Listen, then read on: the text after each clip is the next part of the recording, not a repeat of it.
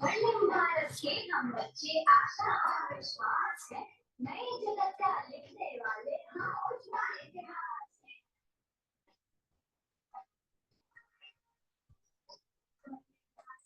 हम बच्चे, आशा और विश्वास है, नए जगत का लिखने वाले हम उज्जवल इतिहास है। जो कोई ना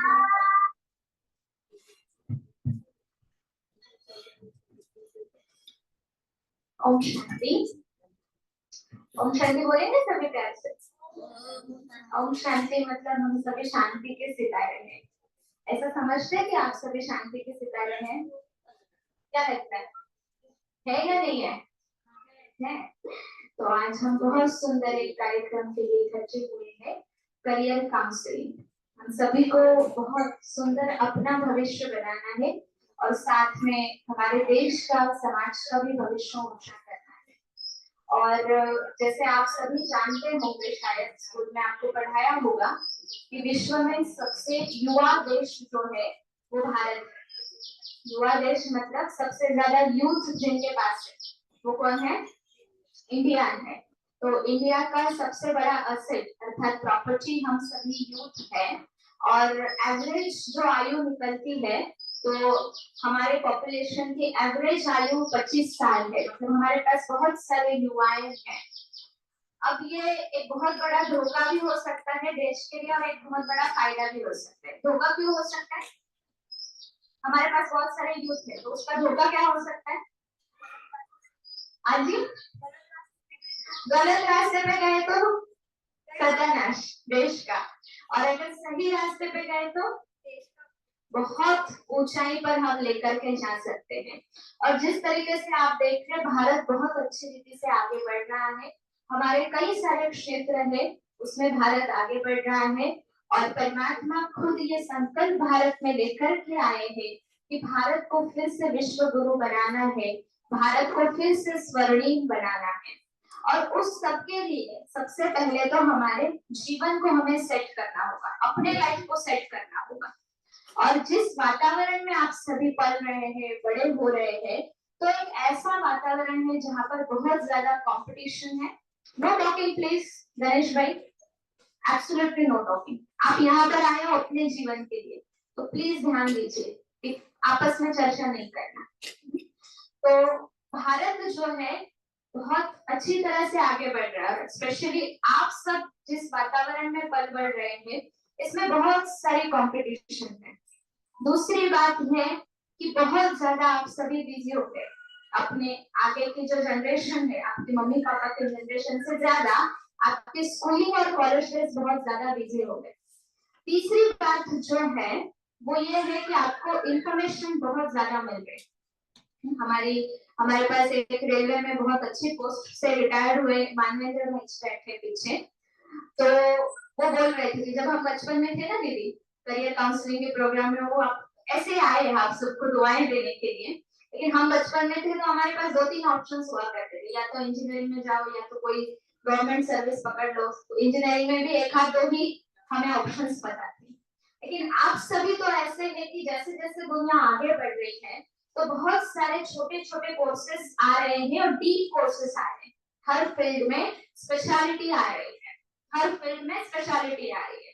तो इसकी वजह से बहुत सारी इंफॉर्मेशन आपके पास आ जाती है और वो इंफॉर्मेशन को हमें सही मार्ग में कैसे यूज करना है, हमारे अपने खुद के पोटेंशियल को, इंटरेस्ट एरियाज को हमें कैसे पहचानना है, और फिर हमें उसको हमारे एजुकेशन में, पहले तो एजुकेशन में कन्वर्ट करके फिर करियर में कन्वर्ट करना, और उसका फायदा हम हमारे जीवन को बनाने में, हमारे फैमिली को, हमारे समाज को पैसा बनाने में, पोस्ट पोजीशन बनाने में, और सबसे मुख्य बात है कि जो काम हम कर रहे हैं उससे हम खुद खुश रहे, आनंदित रहे।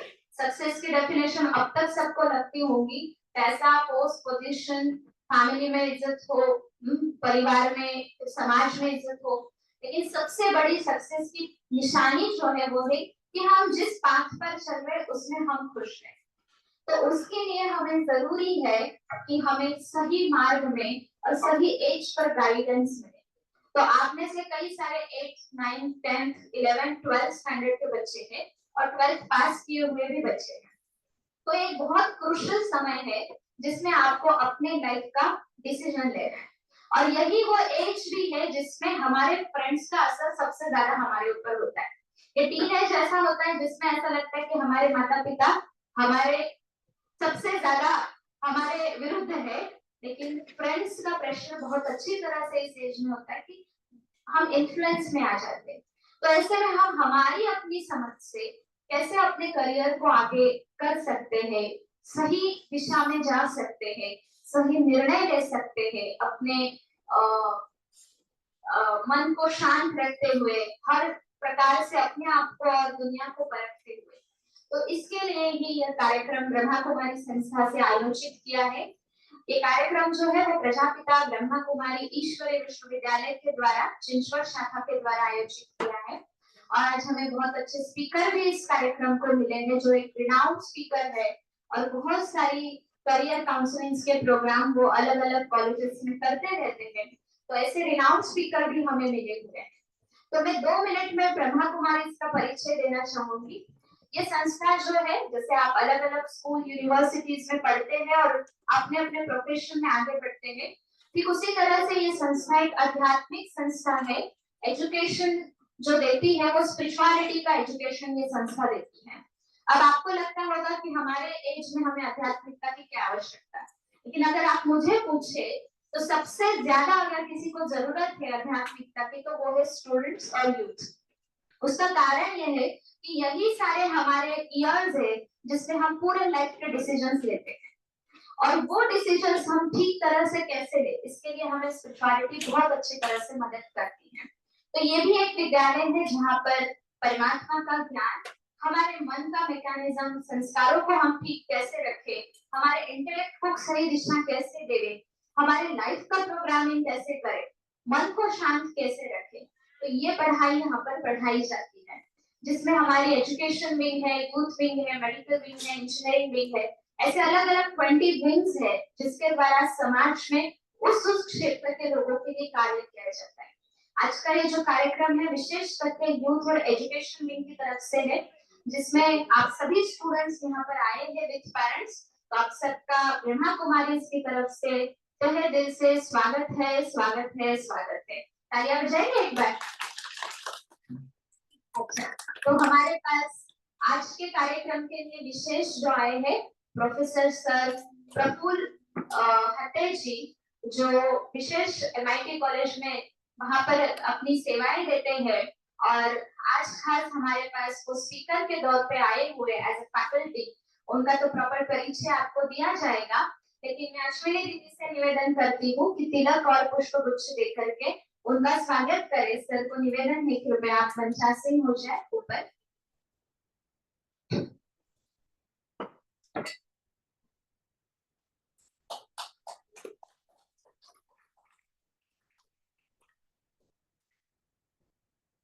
सर का आज के इस कार्यक्रम में, इस ब्रह्मा कुमारी के छोटे से प्रांगण में दिल से स्वागत है, स्वागत है, स्वागत है।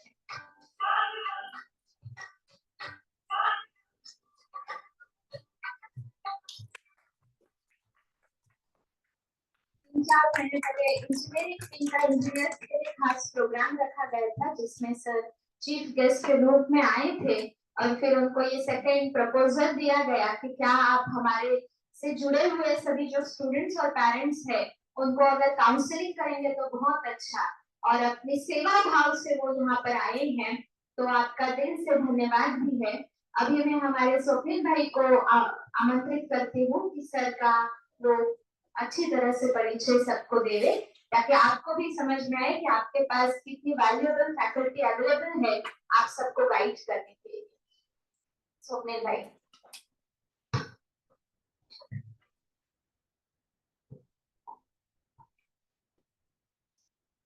ओम शांति। हम सभी बहुत भाग्यशाली हैं। हत्ते सर को सिर्फ एक ही बार हमने पूछा और उन्होंने हाँ बोल दिया कि वो हमारे इस कार्यक्रम में बच्चों को मार्गदर्शन करने के लिए आए। तो बहुत बहुत धन्यवाद। इस ब्रह्मा कुमारी परमात्मा के घर में आपका स्वागत है। खाते सर को हम पिछले लगभग 20 सालों से पहचान रहे हैं। उनसे हम Pimpri Chinchwad college of engineering वहां से वहां पर परिचय हुआ। सर वहां पर प्रोफेसर थे। सर जो है उनको एकेडमिक्स और इंडस्ट्री दोनों का बहुत अच्छे से डिटेल परिचय है, क्योंकि उनका एक्सपीरियंस ही वैसे है। सबसे पहले उन्होंने प्रीमियर ऑटोमोटिव में लगभग 6 साल काम किया हुआ है, वहां पर एक्सपीरियंस है। उसके बाद भी पैमटेक कंपनी में उन्होंने काम किया है और उसके बाद फिर एकेडमिक से वो जुड़े। Pimpri Chinchwad college of engineering अगर हम आगे देखेंगे फिलहाल तो वो बहुत मान्यता प्राप्त इंजीनियरिंग कॉलेज है। और उसके बाद शायद सर ने विप्रो में काम किया था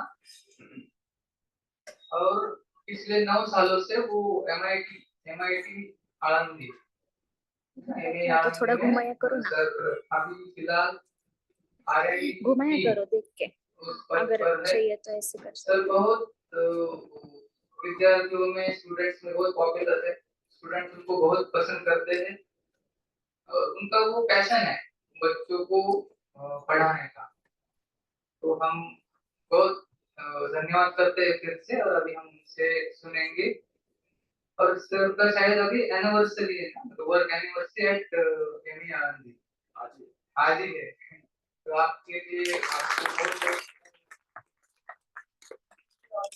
में इतना समय तक रहना, एमआईटी एक पुणे का बहुत पुराना एजुकेशन का संस्था है। उसमें पिछले 9 सालों से सर है। बहुत बहुत आपको बधाई हो।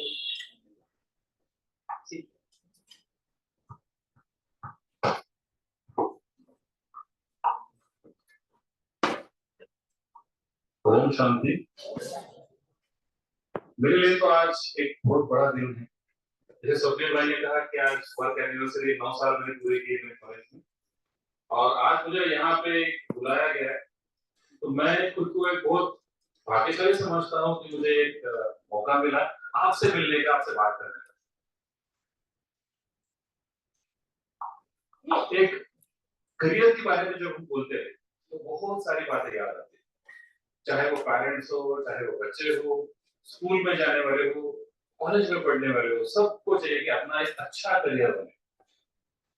अभी यहाँ पे स्लाइड पे लिखा है कि करियर आफ्टर 12th। तो जो बच्चे अभी 12th में नहीं है, आगे बैठे हुए छोटे छोटे बोलेंगे हमारे लिए कुछ नहीं है। लेकिन मैं बोलना चाहूंगा कि जो बच्चे अभी इस उम्र में यहाँ पे आके बैठे हैं, उनके लिए बहुत बहुत ज्यादा जानकारी इसमें मिली। आज कुछ लेक्चर देने के मूड में मैं बिल्कुल नहीं हूँ और मैं कभी लेक्चर देता भी नहीं। तो आज हम लोग बातें करेंगे, चलेगा? सबसे पहले तो क्वेश्चन भी बहुत पूछता हूँ। टीचर को क्या है, क्वेश्चन तो पूछना बिल्कुल पता ही है, हर रोज क्वेश्चन पूछता हूँ, तो आज भी कुछ क्वेश्चन पूछूंगा। सबसे पहला क्वेश्चन, यहाँ बैठे हुए कितने लोग ऐसे हैं कि जो मराठी बिल्कुल नहीं जानते? सब लोग मराठी नहीं जानते, तो इसलिए मैंने पूछ लिया कि अगर कोई है कि जिनको मराठी बिल्कुल समझ में नहीं आती है।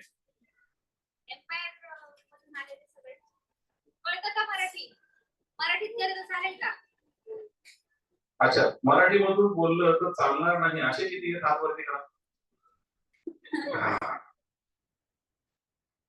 मी पक्का पुणेकर आहे, मराठीतून बोलायला आवडतं. आतापर्यंत जेवढे कार्यक्रम केले सगळ्यात जास्त इंग्रजीमधून बोलतोय, परंतु आजचा कार्यक्रम मला इंग्लिश बोलण्याला फार इंग्लिशचा कार्यक्रम नाही. आज फक्त इथून इथपर्यंत पोहोचवायचंय, चालेल ना? एक छोट्याशा गोष्टी आपण सुरुवात करू. आज सकाळचीच आहे. सकाळी भाजी घ्यायला गेलो होतो आणि फळं आणायला गेलो होतो. बाजारात गेलो, दोन्ही पिशव्या भरून फळं आणि भाजीपाला घेतला आणि मला मागून एका मुलीने आवाज दिला, काका काका थांबा. आणि वळून बघितलं तर ती माझ्या मित्राची मुलगी होती आणि चटकन सगळं आठवलं की तिचं मी 15 दिवसापूर्वी काउन्सिलिंग केलं होतं. थर्ड इयरला आहे, इंजिनिअरिंग करते, चेन्नईला आहे आणि सुट्टी करता इकडे आली. आमच्या छान गप्पा झाल्या आणि ती परत गेली. सांगायची गोष्ट अशी आहे की छान एक वेगळाच किस्सा त्या फॅमिलीमध्ये बघायला मिळाला. तो म्हणजे असा की आई वडील दोन्ही डॉक्टर आहेत. मुलगी इंजिनिअरिंग करते आणि प्रचंड स्ट्रेस मध्ये तिचं काउन्सिलिंग करावं लागलं. नेक्स्ट सायकोलॉजिकल काउन्सिलिंगला जाते आणि जीवनामध्ये काही ध्येय नाही. पालकांनी आणि विद्यार्थ्यांनी पण सगळा नीट विचार करण्याची गरज आहे की करिअर मला निवडायचं असेल तर असं करिअर निवडायचं का की ज्यामध्ये इथे काहीतरी गडबड होते, यहाँ पे कुछ गडबड हो रही, प्रेशर पड रहा. अजिबात नाही. तुमच्यापैकी किती लोकांनी हा सारखा मी प्रश्न विचारेल, हातवरती करायचा, सगळ्यांनी हातवरती करायचं, त्यांचं त्यांना खरं वाटतं सांगायचं. किती लोक असे की ज्यांनी 3 इडियट हा पिक्चर बघितलेला नाही, बघितलेलाच नाही. 1 2 दोघींनी बघितलेला नाही. ओके, बाकीच्या बघितलंय तर ते पण आपण बघतो की पिक्चर बघणे फार म्हणजे नॉर्मल कोणी बघतं, परंतु जीवनातलं वास्तव जे आहे ते पिक्चर बघून आपल्याला दिसतंय काहीतरी. बरोबर? समाजामध्ये खरोखर तसं घडतं का? नाही घडत. त्याच्यापेक्षा पण भयंकर घडतं तसं बघितलं तर. एक प्रेशर पालकांकडून दिलं जातं आणि करिअरचा विषय निघाला तर मग ते प्रेशर जरा जास्तच असतं. बऱ्याच वेळा आपण फॅमिलीमध्ये बघतो की आई वडील दोन्ही डॉक्टर आहे, पण मुलगा कोण व्हायला पाहिजे? बरोबर. आमच्या घरी ना फॅमिली बिझनेस आहे कन्स्ट्रक्शनचा. मग मुलाने काय करायला पाहिजे? सिव्हिल इंजिनियर व्हायला पाहिजे. बरोबर का नाही? कारण मुलांनी काय करायला पाहिजे की आई वडिलांनी जे केलंय तेच त्यांनी करायला पाहिजे. नाही केलं तर असलं प्रेशर आणायलाच पाहिजे. तर तुमच्यापैकी जे मुलं इथे बसलेले मुलं मुली सगळेच त्याच्यापैकी किती जणांना असं वाटतं की त्यांना कॉम्प्युटर इंजिनियर व्हायचं? हातवरती करा. असं मला वाटलं मला कॉम्प्युटर इंजिनियर व्हायचं आहे का कोणी? पालकांनी पण हातवरती करू शकतं की आमच्या मुलांना इंजिनियर व्हावं, कॉम्प्युटर इंजिनियर व्हावं असं वाटतंय. कोण? आज क्वेश्चन असे विचारले की कोणी हातच वरती करायला. एक अर्धा हातवरती, 2 आहेत. हा पूर्ण हातवरती करा काय हरकत नाही. कसं पूर्ण हातवरती करतो अजून थोडा वरती टेकेल वरती. 1 आणि 2 आहेत. कॉम्प्युटर इंजिनियर व्हावं असं वाटतंय. चला ठीक आहे. इंजिनियर व्हावं असं वाटतं असं किती? इंजिनियर व्हावं असं. वा वा वा छान, भरपूर आहेत की. आणि डॉक्टर व्हावं असं किती? डॉक्टर 1 2 3 4 4 डॉक्टर आपल्याकडे आहेत आणि बाकी भरपूर असे इंजिनियर्स आहेत. वा छान आहे. आपण दोन्ही पण क्षेत्राबद्दल बोलू, परंतु आज आपण करिअर आपण असा काहीतरी विषय घेतलाय त्यामुळे आपण सुरुवातीला जनरल करिअर बद्दल बोलू. करिअर म्हणजे काय हे नक्की समजून घ्या. करिअर म्हणजे काय असतं की आर्ट्स, कॉमर्स, सायन्स, इंजिनिअरिंग हे करिअर आहे असं वाटतं आपल्याला. बरोबर आहे की नाही? वाटतं? चुकीचं आहे. करिअर ते नाहीये, तो करिअर पाथ आहे, जाण्याची दिशा आहे. पिंपरी चिंचवड लिंक रोड हा रोड आहे फक्त. पिंपरी किंवा चिंचवड हे 2 राहण्याचे ठिकाण आहेत. बरोबर आहे, शहर आहेत. आपण लिंक रोड जो आहे त्यालाच म्हणतो की नाही हेच माझं गाव आहे. नाही ना जमत तसं. Art, commerce, science, diploma, engineering, medical या सगळ्या जाण्याच्या रस्ते. मग करिअर काय? करिअर म्हणजे काय की कॉम्प्युटर इंजिनियर हे करिअर आहे. Mechanical engineer, electronics engineer, architect, product designer, fine artist, musician, football player हे सगळेच्या सगळे करिअर आहेत. आता हे जर का करिअर असतील तर भारतामध्ये एकूण करिअर किती असतील आपण चर्चा करू. आता मात्र प्रामाणिकपणे हात वरती करायचं. कोण बनेगा करोडपती सगळ्यांचे वोटिंग मीटर आपल्या हातामध्ये. रेडी आता सगळेजण? हा. तर पहिला प्रश्नाचं उत्तर पण नाही. प्रश्न मी उत्तर पण देऊ देणार. आपको 4 ऑप्शंस मिलेंगे. चलेगा? पहिला प्रश्न काय आहे की भारतामध्ये किती करिअरचे ऑप्शन्स आहेत? 17 आहेत. तर उत्तर पहिलं ऑप्शन ए 50 किंवा 50 पेक्षा कमी. हात वरती करा. 50 किंवा 50 पेक्षा कमी कोणीच नाही. चला ठीक आहे, हरकत नाही. 100 एक हात वरती गेलाय. ओके, तर थोडं फारच कमी झालं. 1000 होतं. 1000 किंवा 1000 पेक्षा कमी असतील करिअर ऑप्शन्स भारतामध्ये. 1000 नाही, अजून वाढवायचं. 2000 करू. चला 2000 ते पण नाही, जास्त झाले. कमी झाले, अजून वाढवू. 5000 करू. चला ते पण कमी आहे. तू 17 म्हटलीस. 17,000 आहे. हा ऐकलंय तू म्हणून 17,000.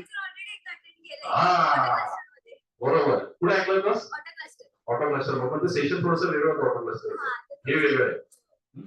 17,000 करिअर आहेत भारतामध्ये, 17,000, आणि आपण मात्र एकाच पट्ट्यातून जातो इकडूनच आहे. सगळ्यांना काय करायचंय, गिरणीमध्ये जायचं, वरनं गहू टाकायचे, खालनं पीठ पडलंच पाहिजे, वरनं मुलं टाकायचे, खाली इंजिनियर, इकडे डॉक्टर, इकडे आर्किटेक्ट, बसा बसा टाकायचे फक्त करिअर आहेत ना. मग काय करा, असं आपल्याला करायचं नाहीये. म्हणून स्वप्नील भाईने मला बोलवलं इथे. खरं म्हणजे त्यांची माझी मैत्री खूपच जुनी, 22 वर्ष जुनी मैत्री, आणि त्यांनी फोन केल्यानंतर मी नाही म्हणू शकत नाही. आणि ब्रह्मकुमारचा कार्यक्रम आहे तर माझ्या दृष्टीची फार मोठी संधी आहे की समाजाला या निमित्ताने थोडंसं का होईना मी जागृत करू शकेन. संधी पटकन घेतली. म्हटलं नक्की येईल मी. चला पुढे बघूयात आपण. पहिलं आपल्याला असं वाटतं की आर्ट मध्ये काही करिअर नाही. तुमच्यापैकी कोणाला असं वाटतंय का की आर्ट मध्ये करिअर करायचंय? हातवरती करा. आर्ट एक आहे, व्हेरी गुड. 2, 3, अरे वा, क्या बात आहे. त्याच्याकडे काय बघा, काही हरकत नाहीये. त्या ठिकाणी आपल्याला गिरणी चालू आहे, इंजिनियर प्रोडक्शन करायची, डॉक्टर प्रोडक्शन करायची, आर्ट मध्ये कोणीतरी आहे. चला छान आहे, आपण आर्ट बद्दल बोलू. आर्ट मध्ये खूप छान छान करिअर आहे, खूपच छान आहे. माझी मुलगी सुद्धा आर्ट मध्येच करिअर करते, खूप हुशार आहे ती. तिला आयसीएसई बोर्डामध्ये 96.5% मार्क होते आणि 3 विषयात 100 पैकी 100 होते. दिल से आवाज, आतूनचा आवाज येतो ना, तो ऐकायचा असतो. मग आपण आवाज ऐकायचा कसा ते पण सांगा. ठीक आहे. आर्ट्स मध्ये बघूया काय. सगळ्यात पहिल्यांदा टिपिकल आपल्याकडे माहिती आहे आपल्याला बॅचलर ऑफ आर्ट्स. दुसरं पण माहिती आहे, बॅचलर ऑफ बिझनेस ऍडमिनिस्ट्रेशन. एमबीएच्या एक लेवल थोडं कमी. बीएसडब्ल्यू काय असेल, bachelor of social welfare. Social welfare. आता सोशल वेलफेअरचं सुद्धा करिअर कुठे असतं, खूप ठिकाणी सामाजिक संस्थांमध्ये आहे, एनजीओ मध्ये आहे, प्रत्येक कंपनीमध्ये लागतं. कारण की खूप सारे कामगार तिथे काम करत असतात आणि त्या ठिकाणी काम करत असताना त्यांना मॅनेज करणं, त्यांची स्किल इम्प्रूव्ह करणं, त्यांना वेगवेगळ्या प्रकारच्या सुविधा देणं, हे सगळं करिअर इथून घडतं. त्याच्यानंतर एज्युकेशन मध्ये टीचर सुद्धा आपण बनू शकतो आणि टीचर बनण्याकरता तो एक वेगळा करिअर पाथ आहे. तुम्ही बीए केलं, मग एमए केलं, आणि त्याच्यानंतर एमफिल किंवा पीएचडी किंवा नेट सेट दिले तर टीचर सुद्धा बनू शकतात. तसंच टीचर्स बनतात फिजिकल एज्युकेशन मध्ये, फिजिकल एज्युकेशन टीचर्स. त्याच्यानंतर फॅशन डिझाईन. आता हे नवीन एकदम बूम आहे करिअरचा. परवा एका असे वक्ते होते करिअरचे की त्यांचं मी सेशन ऐकत होतो. मी सेशन देतो पण सेशन ऐकत होता. प्रत्येकाकडे काही ना काहीतरी नॉलेजेबल असतं.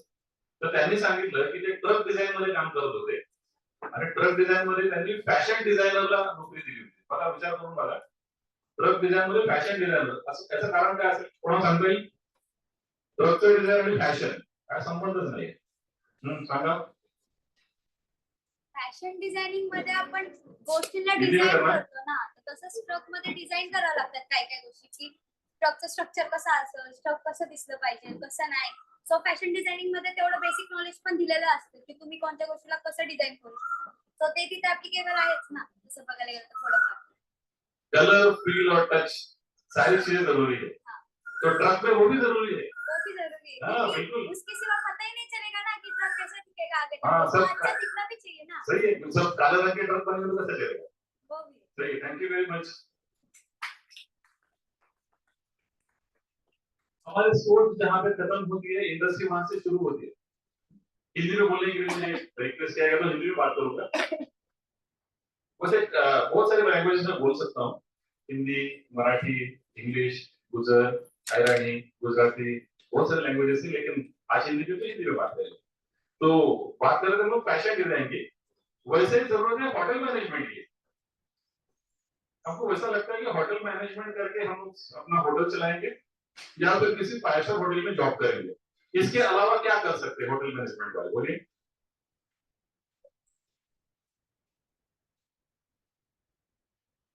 हम तुक्का लगा सकते हैं. क्या कर सकते हैं? इन्फ्लुएंसर बन सकते हैं, बिल्कुल बन सकते हैं. और हम लोग यूट्यूब पे वीडियो देखते हो ना, कुछ लोगों ने अच्छे अच्छे खाना बनाया, किसी ने पिकल बनाया, किसी ने लड्डू बनाया, किसी ने करंजी बनाए। दिवाली के दिनों में तो बहुत ज्यादा वीडियो चलते रहते, घर पोस्ट डिलीवरी। तो होटल मैनेजमेंट अगर आप करते हो तो आपका खुद का वेंचर हो सकता है, ठीक है। एक 10वीं का एक बच्चा है, 10th स्टैंडर्ड में पढ़ रहा है, पैशन इतना है अंदर कुछ करने के, कुछ नया करने के, तो उन्होंने खुद का वेंचर शुरू कर दिया 10th स्टैंडर्ड में। अभी 10th में गया है, मतलब उसके साथ जब मैंने उसका वीडियो देखा तो खुद बहुत सारी चीजें बनाता और बेचता भी है, तो लोग खरीदते भी है, तो बहुत टेस्टी बनाते हैं। तो होटल मैनेजमेंट का करियर में सिर्फ आपको होटल में काम करना नहीं, खुद का वेंचर शुरू करना है। नए जो फूड प्रोडक्ट्स बनते हैं उनमें कुछ वैल्यू ऐड करना है। अभी हम लोग देखते हैं कि फूड प्रोडक्ट्स में क्या होता है कि बहुत सारे फूड प्रोडक्ट्स में प्रिजर्वेटिव्स है, केमिकल्स है, तो ये लोग तो उसके ऊपर काम करते हैं होटल मैनेजमेंट वाले, और उसको एक बेहतर फूड बनाने की कोशिश करते हैं।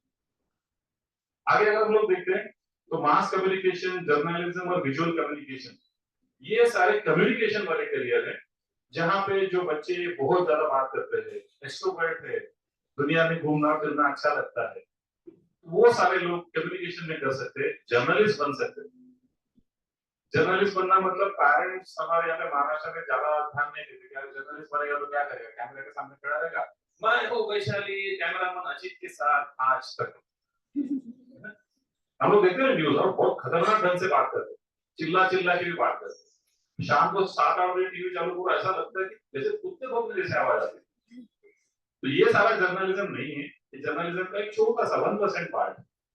जर्नलिज्म जो काम करते हैं लोग, इंडस्ट्री में भी काम करते हैं, अपना खुद का एक न्यूज चैनल चलाते हैं, ब्लॉग चलाते हैं, काफी सुंदर तरीके से ब्लॉगिंग करते हैं। ब्लॉगिंग मतलब, ब्लॉग क्या होता है, वीडियो ब्लॉगिंग जैसे बोलते हैं, वीडियो पे चलाना, आपके खुद की वीडियो चलाना, अच्छे अच्छे ब्लॉग्स है जो एक मोटिवेशन देते हैं, जानकारी देते हैं। तो यहाँ पे भी कम्युनिकेशन से दे दिए हैं। टूरिज्म एंड ट्रैवल मैनेजमेंट, आने वाले दिनों में टूरिज्म और ट्रैवल मैनेजमेंट इंडिया में लगभग 50% से बढ़ने वाला है। 50% बाहर की दुनिया से लोग आएंगे, घूमेंगे इंडिया।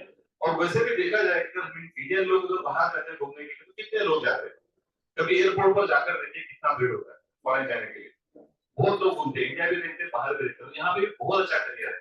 इसको थोड़ा मैं आपको हटके जानकारी देना चाहता हूँ। इंडस्ट्री में भी ये लोग काम करते हैं। वो बता सकता है कि इंडस्ट्री में क्या करेंगे, ट्रैवल वाले, टूरिज्म वाले लोग रेगुलर एम्प्लॉय करके, अपने यहाँ पे चिंचोट में टाटा मोटर्स है, क्या करेंगे वो लोग वहां पर? हाँ सर,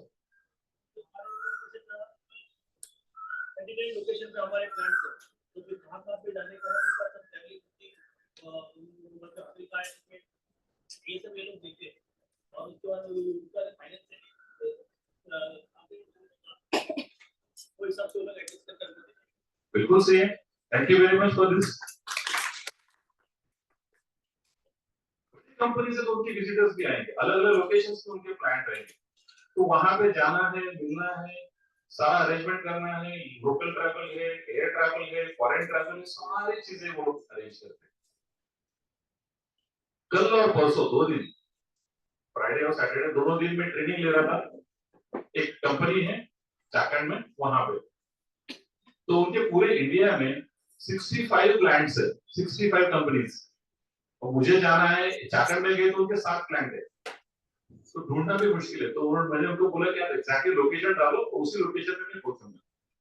तो दे पूरा एस्कॉर्ट कि आपको इसी लोकेशन पे आना, क्योंकि कंपनी के नाम सारे सेम है। किसी को बोलते B39, किसी को बोलते B6, किसी को बोलते B5, किसी को बोलते K9। तो ये हमारे समय में तो आने वाला नहीं। तो ट्रैवल टूरिज्म वाले लोग तो पूरा कोऑर्डिनेट करते हैं, ठीक है। कॉमर्स, इंजीनियरिंग और मेडिकल को जाने से पहले मैं एक जानकारी आपको देना चाहूंगा कि आने वाले कुछ सालों में, लगभग 6 साल से लेकर 10 साल तक इंडिया में कहां पे करियर ऑप्शंस बहुत ज्यादा बढ़ने वाले, दो तो बहुत ज्यादा बढ़ने वाले, बहुत ज्यादा। एक है कॉमर्स और दूसरा कहां पे बढ़ेगा, मेडिकल में। मेडिकल में कौन से एरिया में बढ़ेगा, स्ट्रेस मैनेजमेंट, न्यूरोलॉजिस्ट, सायकोलॉजी मध्ये पण सायकोलॉजी मध्ये आहे, और कहां पे बढ़ेगी, कार्डिओ मध्ये, कारण की आजकाल हार्ट अटॅकचे केसेस खूप चालू आहेत, सो कार्डिओ मध्ये खूप बरे. इंडिया में हम एक चीज में बहुत ज्यादा तरक्की कर रहे हैं, वो है डायबिटिक पेशेंट और कार्डियक पेशेंट। दिल की बीमारी वाले और शुगर की बीमारी वाले इंडिया में हम लोग ऐसा ग्राफ ऊपर बढ़ा है, हर दिन लोग बढ़ रहे हैं। और ये कोई फिजिकल बीमारी तो है नहीं, यहाँ की बीमारी है। तो आने वाले कुछ सालों में साइकोलॉजिस्ट की, काउंसलर्स की बहुत ज्यादा डिमांड होने वाली है। तो जिन लोगों को भी लगता है कि वो अच्छी तरीके से बात कर सकते हैं, लोगों को भी मिल सकते हैं, एक्सट्रोवर्ट है, उनके लिए बहुत अच्छा ऑप्शन है। आसानी से पढ़ो और लोगों के जीवन में थोड़ा सा बदलाव आओ, बहुत बहुत ही सेटिस्फेक्शन मिलता है जब आप किसी को अच्छा गाइडेंस करते हो, किसी की जिंदगी में, किसी के जीवन में परिवर्तन लाते हो। वो खुशी को आप कभी भी किसी के साथ, पैसों के साथ कंपेयर नहीं कर सकते। चलिए बात करते हैं कॉमर्स में क्या है। कॉमर्स में तो ट्रेडिशनल वही है जो सोचते हैं कि बीकॉम है, फिर बीबीए है, वैसे जैसे मैंने आर्ट्स में लिखा था। बीसीए क्या होता है? Bachelor of computer applications. अभी वो कंप्यूटर के एप्लीकेशंस पे काम करेंगे, ना ही के सॉफ्टवेयर में। गाड़ी चलाना और गाड़ी बनाना दोनों में फर्क है। गाड़ी बनाने वाला इंजीनियर है, गाड़ी चलाने वाला ड्राइवर है। तो ये ड्राइवर वाला काम है, bachelor of computer applications. Computer already बने हुए हैं, उनको चलाना है अलग अलग सॉफ्टवेयर को लेके, ठीक है। तो बात करेंगे banking and insurance. Investment sector में बहुत सारा करियर ऑप्शंस आ रहे हैं, तो लोगों को जरूरत है इन्वेस्टमेंट करने के लिए और गाइडेंस नहीं मिल रहा है। मैं खुद, मेरे 3 एडवाइजर्स हैं जो मुझे एडवाइस करते हैं कि कहां पर मुझे इन्वेस्ट करना है, पैसों का इस्तेमाल सही तरीके से किस तरीके से करना है, क्योंकि मेरी जानकारी उस क्षेत्र में तो नहीं। तो आने वाले दिनों में यहाँ पे बैंकिंग, इंश्योरेंस, अकाउंट, फिनेंस, ये सारी चीजों में करियर ऑप्शंस बहुत ज्यादा बढ़ने वाले हैं। 4 जून की बात करेंगे। 4 जून इसी महीने क्या हुआ था? फाइनेंस के रिलेटेड कुछ याद है? मार्केट में कोई गड़बड़ हुआ था? हाँ, लगभग 4000 पॉइंट से शेयर मार्केट गिर गया। तो लोगों के मन में इतना भयंकर सा डर आने लगा, कुछ लाख करोड़ रुपए चले गए लोगों के। तो अंदर डर है। देखिए, एक छोटी सी चीज, इलेक्शन और उसका रिजल्ट कितना बड़ा इम्पैक्ट करती है। तो अगर इन्वेस्टमेंट में लोग काम कर रहे हैं, फिनेंस में, बैंकिंग में लोग काम कर रहे हैं, तो ये बहुत बहुत बहुत ज्यादा जरूरी है। कंपनी में अगर काम करना है तो जैसे हम लोग बोलते हैं कि कंपनी सेक्रेटरी है, चार्टर्ड अकाउंटेंट है, ये भी काफी अच्छे फील्ड है, करियर ऑप्शन है। और कुछ लोग उसके थोड़ा सा एक लेवल नीचे आईसीडब्ल्यू भी करते हैं ताकि वो कंपनीज में काम करें, फिनेंशियल सेक्टर्स में काम करें। हाँ, अभी एक जो हम लोग बात करेंगे साइंस एक ऐसा ऑप्शन है जहां पे बहुत ज्यादा आपको अपॉर्चुनिटीज मिलेंगी, बहुत ज्यादा। देखते क्या है, शायद वो स्क्रीन से आपको दिखाई नहीं देगा, लेकिन मैं बात करूंगा आपसे कि क्या क्या है। सबसे पहले बात करेंगे फार्मेसी। फार्मेसी एक ऐसा फील्ड है जहां पे आने वाले कुछ दिनों में, हाँ, एक स्टेबल मैं मानूंगा, स्टेबल है, थोड़ा सा ऊपर उठेगा। 2 ऑप्शन आपको मिलेंगे, आप डिप्लोमा कर सकते हैं, फिर ग्रेजुएशन कर सकते हैं, बी फार्मेसी। मेडिसिन सेक्टर ऐसा सेक्टर है जहां पे डाउनफॉल कुछ है ही नहीं। कुछ हमने देखा था कोरोना के बाद में क्या हुआ था, कौन सा ऐसा इंजेक्शन वैसे शॉर्टफॉल हो गया था? रेमडेसिविर मिल ही नहीं रहा था, तो लोगों ने चुराए, तो कुछ लोगों ने इंजेक्शन में पानी मिला के बेच दिए, सब कुछ किया। कुछ लोग इंजेक्शन लेने के बाद में गुजर गए। तो मेडिकल फील्ड में बहुत ज्यादा बदलाव हमने देखा। एक ऑक्सीजन का सिलेंडर तक नहीं मिल रहा था। तो आने वाले कुछ दिनों में तो मेडिसिन सबको लगने वाले हैं। अगर हम लोग अपनी हेल्थ मेंटेन करते तो बहुत अच्छी बात है, अगर नहीं है, खाने पीने में कुछ बदलाव ला रहे, कुछ चेंज कर रहे हो तो ठीक है, वरना तो मेडिसिन नहीं। मेडिकल में तो बहुत ज्यादा ऑप्शन है, बीएएमएस है, बीएचएमएस है, एमबीबीएस है, यूनानी है, नॉन कन्वेंशनल मेडिकल फील्ड्स है। यहाँ पे एक छोटा सा मैं आपको गाइडलाइन देना बहुत जरूरी समझूंगा। ऑप्शंस तो आपके पास है, लेकिन गाइडलाइन क्या है? गाइडलाइन ये है कि जो बच्चे चाहते हैं कि वो मेडिकल फील्ड में जाए, डॉक्टर बने, मित्र सावलीमध्ये बसलास तरी चालेल, उन्हामध्ये बसलास.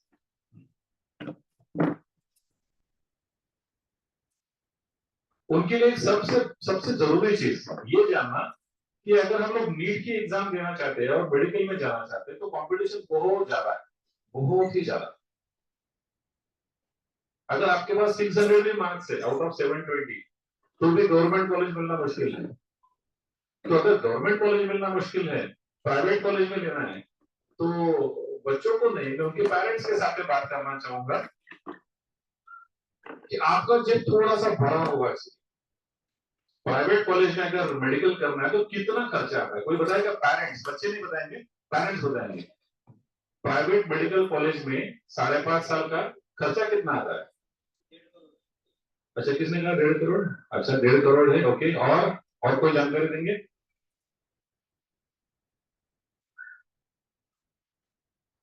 डेढ़ करोड़ तो एक नॉमिनल, एक छोटा सा एक नॉमिनल सा कॉलेज है जहां पे 1.5 करोड़ में हो सकता है. नॉर्मली आता है 2.5 करोड़ से लेकर 3 करोड़ तक. तो अगर आपकी जेब भरी हुई है 3 करोड़ तक तो बहुत अच्छी बात है, मेडिकल में डाल दीजिए. क्योंकि बच्चों के ऊपर प्रेशर मत डालिए. वो उतना 680, 690, 700, 710 बहुत मुश्किल है. जिनको 716 भी मार्क्स मिले उनको भी एम्स में मिलने वाला नहीं. टॉप में अभी नीट का रिजल्ट लगाए, जितने बच्चे टॉप में हैं, टॉप में नंबर 1, इंडिया में नंबर 1, उनको एम्स में एडमिशन नहीं मिल रहा है. क्यों नहीं मिल रहा है? 56 फक्त गव्हर्नमेंटसाठी आणि 67 मध्ये हाँ, जितने सीट्स अवेलेबल उससे ज्यादा मैं 1 नंबर पे है. तो ये हालत इंडिया में. तो बच्चों के ऊपर कितना प्रेशर डालेंगे, है ना? तो देखिए, बिल्कुल सोचिए कि अगर जेब में बहुत पैसा पड़ा हुआ है उसका क्या करें. कुछ पेरेंट्स ऐसे होते हैं जिनके जिनके क्वेश्चंस होते हैं कि क्या करें. एक पेरेंट्स मेरे पास आए थे, तो इंजीनियरिंग में बच्चे को एडमिशन लेना चाहते हैं. तो मैंने बोला क्यों इतना क्यों प्रेशर डाल रहे? बच्चा नहीं बोल रहा है इंजीनियरिंग करने के लिए. बच्चे ने पिताजी के सामने बोल दिया कि मेरा इंटरेस्ट है नहीं. तो पिताजी ने बहुत सही आंसर दिया. उन्होंने बोला देखिए सर, इसका कुछ भी करके एडमिशन करवा दीजिए, मैं डोनेशन देने के लिए तैयार हूँ. इसका इंजीनियरिंग का होना बहुत जरूरी है. बिल्कुल, तो रीजन तो बताइए. वो 2-3 रीजन है. पहला तो ये है कि इसके एजुकेशन के लिए मैंने कुछ पैसे बैंक में रखे. मैंने बोला कितने रखे? तो उन्होंने बोला 50 करोड़. अब उन पैसों का मैं क्या करूं? इधर डोनेशन देके एडमिशन करेगा, 4-5 करोड़ तो खर्चा करेगा. 5 करोड़ इंजीनियरिंग मैंने कभी सुना ही नहीं है. कुछ तो करेगा. पैसों का मैं क्या करूं, मुझे बहुत टेंशन आता है. मैंने बोला दूसरा रीजन क्या है?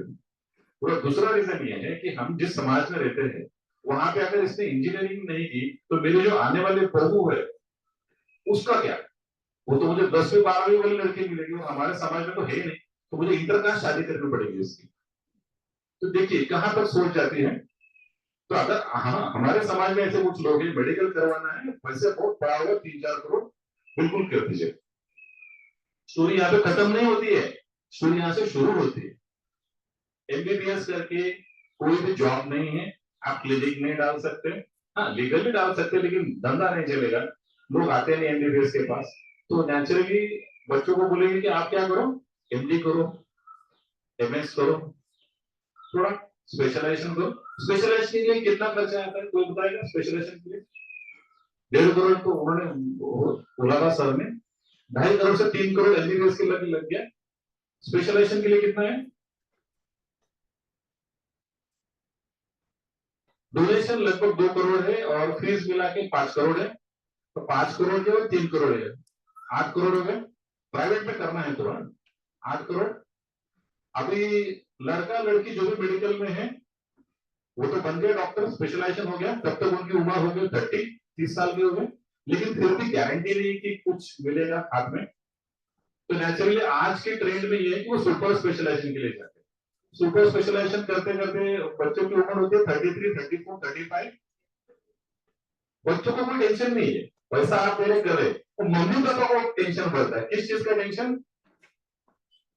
मम्मी पापा को किस चीज का टेंशन बढ़ेगा? और बच्चे की उम्र, लड़के की उम्र हो गई 33, 34, 35. तो सबसे बड़ी टेंशन तो ये मेरे घर में बहू कौन सी आएगी और दामाद कौन सा आएगा.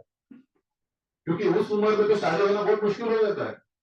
तो ना ही तो सेटलमेंट है, ना ही पैसा है, और ना ही तो घर में कुछ शांति है। तो थोड़ा सोचिए जरूर उसके ऊपर। मैं ये नहीं कहूंगा कि आप डॉक्टर मत बनो, हाँ एक सेपरेट अलग पोटेंशियल होता है बच्चों का, उसके लिए काउंसलिंग कर लीजिए। अगर आपके बच्चों के अंदर वो पोटेंशियल है और आपके जितने पैसे हैं तो जरूर बनिए डॉक्टर।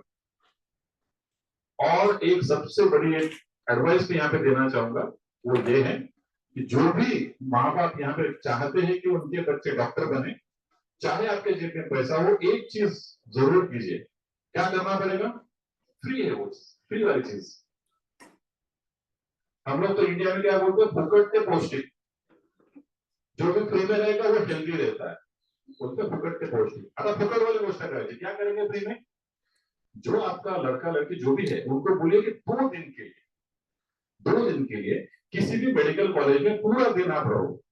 क्लासेस कैसे होते हैं, हॉस्पिटल में पेशेंट्स किस तरीके से आते हैं, एक्सीडेंटल केस, बर्न केस, तो चिल्लाना, मर जाना, एम्बुलेंस, पुलिस केसेस, वो सारा आपको देखना है, उनके साथ में रहना है। हर एक वार्ड में जाना, कार्डियक में जाओ, बर्न वार्ड में जाओ, न्यूरोनेटिक्स में जाओ, आईसीयू में जाओ, एनसीयू में जाओ, आईसीसीयू में जाओ, अलग अलग लोगों से बात करो। हाँ, अगर 2 दिन के बाद में अगर लड़का लड़की जो भी है उनको लगता है कि I am very satisfied, I can handle this situation, तो ही आप उनको डॉक्टर बनाइए। सुबह मैंने जो एग्जाम्पल दिया था उस लड़की का, उस लड़की का भाई जो है जुड़वा है, लड़की का भाई डॉक्टर बन रहा है, वो भी एडमिशन 3rd ईयर में, वो भी एक साइकोलॉजिकल काउंसलर के पास काउंसलिंग कर रहा है। क्योंकि जब भी वो किसी डॉक्टर के हाथ में कुछ इंजेक्शन देता है, थर करने लगते हाथ, उसके पसीना आता है। 3rd ईयर में मेडिकल में है, सामने पेशेंट है, स्टेथोस्कोप को देखते डरता है। माँ बाप बोलते कि मेरा क्लिनिक चलाना है, 5 करोड़ रुपए ऑलरेडी क्लिनिक में डाले, बेटा एक मेडिकल नहीं करेगा तो क्या करेगा? समझ में आ रही सारी चीज? अरे वो कौन डॉक्टर से, please raise your hand. 1 doctor, 2 doctors, I really appreciate, I respect all the doctors. आप जरूर ये मैसेज दीजिएगा समाज में कि अगर आपके बच्चों को डॉक्टर बनाना है तो 2 दिन उनको हॉस्पिटल में बिल्कुल भेज दीजिए। मेरी बेटी भी डॉक्टर बनना चाहती थी, मैं उसको लेके गया। मेरी एक सहेली है, वो डीवा पैटल मेडिकल कॉलेज में है, तो मेरी बेटी को लेके गया। मैंने बोला चलो मेरे दोस्त को तुमसे मुलाकात करवाते, भाई डॉक्टर बनना है तुम्हें, तो लेके गया।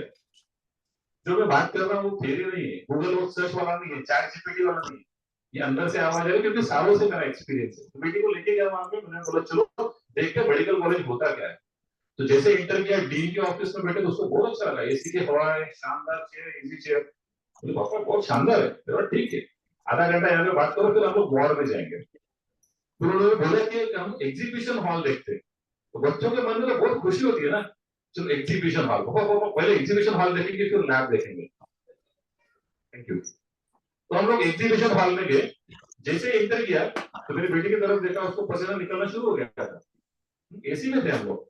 क्यों? क्योंकि एग्जीबिशन हॉल में ऐसे ग्लास के जार थे, उसमें टूटी हुई उंगलियां, दिल का टुकड़ा, लिवर का टुकड़ा, हड्डी का टुकड़ा, सब कुछ वहां पे था। अभी भी है डीवा पैटल कॉलेज में। जैसे देखा वो ये बहुत खतरनाक लग रहा है, बोलो लैब में चलते हैं। लैब में मुर्दे पड़े हुए, बच्चे ऑपरेशन कुछ सिखा रहे हैं उनको कुछ। बोला कि ये मुझे नहीं देखना है, चलो वो मत देखो, नीचे वार्ड में चलते। वार्ड में गए, बोला नहीं हम लोग सबसे पहले ना पार्किंग में चलेंगे। बोला क्यों? नहीं घर चलना है। मेरी सहेली जो थी वो बोला अरे तुम ऊपर तो आ रहे हो, नहीं एक बार देखना ही नहीं, मुझे देखना ही नहीं, मुझे बनना ही नहीं डॉक्टर। नहीं, अंदर से नहीं आवाज आती है, क्योंकि she is not made for a doctor. Biology तो उसको 100 आउट ऑफ 100 है, पैशन बहुत है, लेकिन पेशेंट को हैंडल नहीं कर सकती। She is very good in painting. मैंने बोला तुम आर्टिस्ट बनो, अभी उधर करियर कर रही। ठीक, कुछ ज्यादा बात कर लेना मेडिकल पे। साइंस में बहुत सारे ऑप्शन है, बीएससी है, बीसीए है। अभी तो बीएससी में आपको इंफॉर्मेशन टेक्नोलॉजी है, साइबर सिक्योरिटी है, उसके साथ में कंप्यूटर एप्लीकेशन से बहुत ज्यादा आपको बीएससी में ऑप्शंस मिल रहे। जहां पे आपका एकेडमिक स्कोर थोड़ा कम जाता है तो वहां पे बीएससी के लिए भी अच्छे अच्छे ऑप्शन है, वो भी ढूंढिए। इंजीनियरिंग के बारे में मैं बाद में बात करूंगा, बहुत ज्यादा उसमें इंफॉर्मेशन है। बैचलर ऑफ डिजाइन एक नया बहुत ही शानदार करियर ऑप्शन है, जहां पे जिनको कुछ पैशन है बच्चों को कि आर्ट्स में काम करना है, पेंटिंग में अच्छे, स्केचिंग में अच्छे, उनके लिए बहुत आसानी से ये करियर वो कर सकते हैं। बच्चों के लिए मैं बात करना चाहूंगा जो यहाँ पे सामने बैठे हुए, बच्चों से बात करूंगा तो आपको अगर मैं कुछ करियर ऑप्शन बोलता हूँ, एक ऐसा ऑप्शन है 4 साल आपको पढ़ना है, क्या है वो नहीं बताऊंगा क्या है। 4 साल आपको पढ़ना है, 4 साल में आपको एक भी एग्जामिनेशन नहीं है, एग्जाम ही नहीं है, पेपर नहीं देना है। तो आप में से कितने लोग हैं कि जो वो पढ़ना चाहते हैं जहां में पेपर ही नहीं 4 साल में? हाथ ऊपर उठाओ। पेपर ही नहीं है, एक ही, 2, 3, 4, 5, 6, बाकी 3 आपको एग्जाम वाला चाहिए। वाह वाह, क्या बात है। लड़के वैसे बहुत स्मार्ट होते हैं, बोलते फंसा लेंगे हमको, ऐसा बगैर पेपर के पास करेंगे तो हाँ खतरनाक लग रहा है, कुछ मन में कुछ शैतानी की तरह चल रहा है।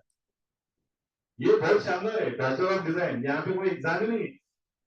और दूसरी बात ये खास है कि यहाँ पे जिसको 90% मिलता है, जिसको 50% मिलता है, दोनों बच्चे एक ही लेवल पे, सब एक जैसे ही है, क्योंकि वहां पे मार्क्स का कोई लेना देना है नहीं। 50% वालों को 10 लाख का जॉब मिलेगा और 90% वालों को 5 लाख का भी मिल सकता है, कोई गारंटी नहीं है। इसका रीजन ये है कि जिसका आर्ट अच्छा है, जो कर सकता है इंडस्ट्री के लिए, उनके लिए जॉब्स है। अच्छा है कि नहीं? तो अगर आपके घर में, आपके समाज में है, आजू बाजू में, सोसाइटी में, कहां पर आपके रिश्तेदारी में कोई बच्चे जो आर्ट में अच्छे हैं, तो उनके लिए ये करियर बिल्कुल सजेस्ट करता है। बहुत अलग अलग स्पेशलाइजेशन इसमें है, जैसे कि टेक्सटाइल डिजाइन है, यूजर एक्सपीरियंस डिजाइन है, प्रोडक्ट डिजाइन है, ऑटोमोबाइल डिजाइन है, ग्राफिक डिजाइन है, इंडस्ट्रियल डिजाइन है।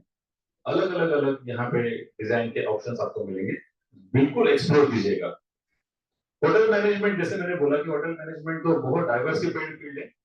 पहले तो सिर्फ बैचलर ऑफ होटल मैनेजमेंट था, अभी तो देखेंगे तो बीएससी है, बीए है, बीबीए है, सारे के सारे होटल मैनेजमेंट वाले करियर ऑप्शंस है। तो एक जगह पे अगर आपको एडमिशन नहीं मिलता तो बहुत सारे करियर ऑप्शंस आपके लिए खुलेंगे। आने वाले कुछ दिनों में कुछ नई टेक्नोलॉजीज आने वाली है, जैसे कि बायोमेडिकल है, बायोटेक्नोलॉजी है, नैनो टेक्नोलॉजी है, आर्टिफिशियल इंटेलिजेंस है, डेटा साइंस है, एनिमेशन है, वीडियो क्रिएशन है, साउंड इंजीनियरिंग है। तो यहाँ पे भी आपको करियर ऑप्शंस मिलने वाले। तो ये सारी चीजें अनएक्सप्लोर्ड है। महाराष्ट्र में एक कॉलेज ऐसा भी है जहाँ पे फायर इंजीनियरिंग पढ़ाते हैं, आग और आग के ऊपर करने वाली इंजीनियरिंग, ये सारे भी पढ़ाते हैं। तो हमें पता ही नहीं है, तो थोड़ा ढूंढिए। और जहां पे आपको लगता है कि हाँ कुछ नया करियर ऑप्शन ढूंढना है, तो आप, हम लोग पुणे में रहते, किसी भी करियर काउंसलर, अच्छे करियर काउंसलर के पास जाइए, वो आपको बता देंगे कि क्या क्या ऑप्शंस आपके बच्चे के लिए सुटेबल है। एग्रीकल्चर, एग्रीकल्चर की बात करेंगे तो महाराष्ट्र में 3 गवर्नमेंट की एग्रीकल्चर यूनिवर्सिटीज है। एक जो है इसे महात्मा फुले कृषि विद्यापीठ कहते हैं, दूसरा कोकण कृषि विद्यापीठ दापोली में है, और तीसरा एक परभणी में है। तीनों यूनिवर्सिटीज के अंदर अलग अलग कॉलेजेस हैं। तो वहां पे आप गवर्नमेंट रिकॉग्नाइज्ड कॉलेज से एग्रीकल्चर कीजिए, प्राइवेट कॉलेज से, ये गवर्नमेंट कॉलेजेस बहुत अच्छे, अच्छी तरीके से आपको पढ़ाएंगे। अलग अलग उसमें आपको पढ़ने के ऑप्शन है, बीटेक है, BSc agriculture business management, then animal husbandry, food technology, agriculture technology, horticulture BSc, और बीएससी में एग्रीकल्चर भी है। तो अलग अलग ऑप्शन आपको यहाँ पे भी मिलने वाले हैं। तो अभी हम लोग बात करेंगे इंजीनियरिंग, क्योंकि बहुत सारे बच्चे तो यहाँ पे इंजीनियरिंग के बारे में सुनने आए। सबसे पहले बात करेंगे हार्ड ब्रांचेस। हार्ड मतलब क्या है? पढ़ने में डिफिकल्ट या आसान? पढ़ने में हार्ड का मतलब क्या होता है? आसान है नहीं है, डिफिकल्ट है। हार्ड का मतलब डिफिकल्ट है ना। तो ये ऐसा कुछ नहीं होता है, पूरा शिफ्ट करते से सामने बड़ी बड़ी हो जाता है, करते हैं पूरा बड़े दोस्तों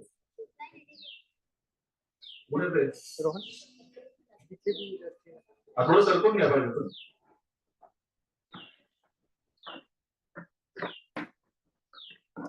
इकडे बघ कसं तर सांगतील ना काय असं।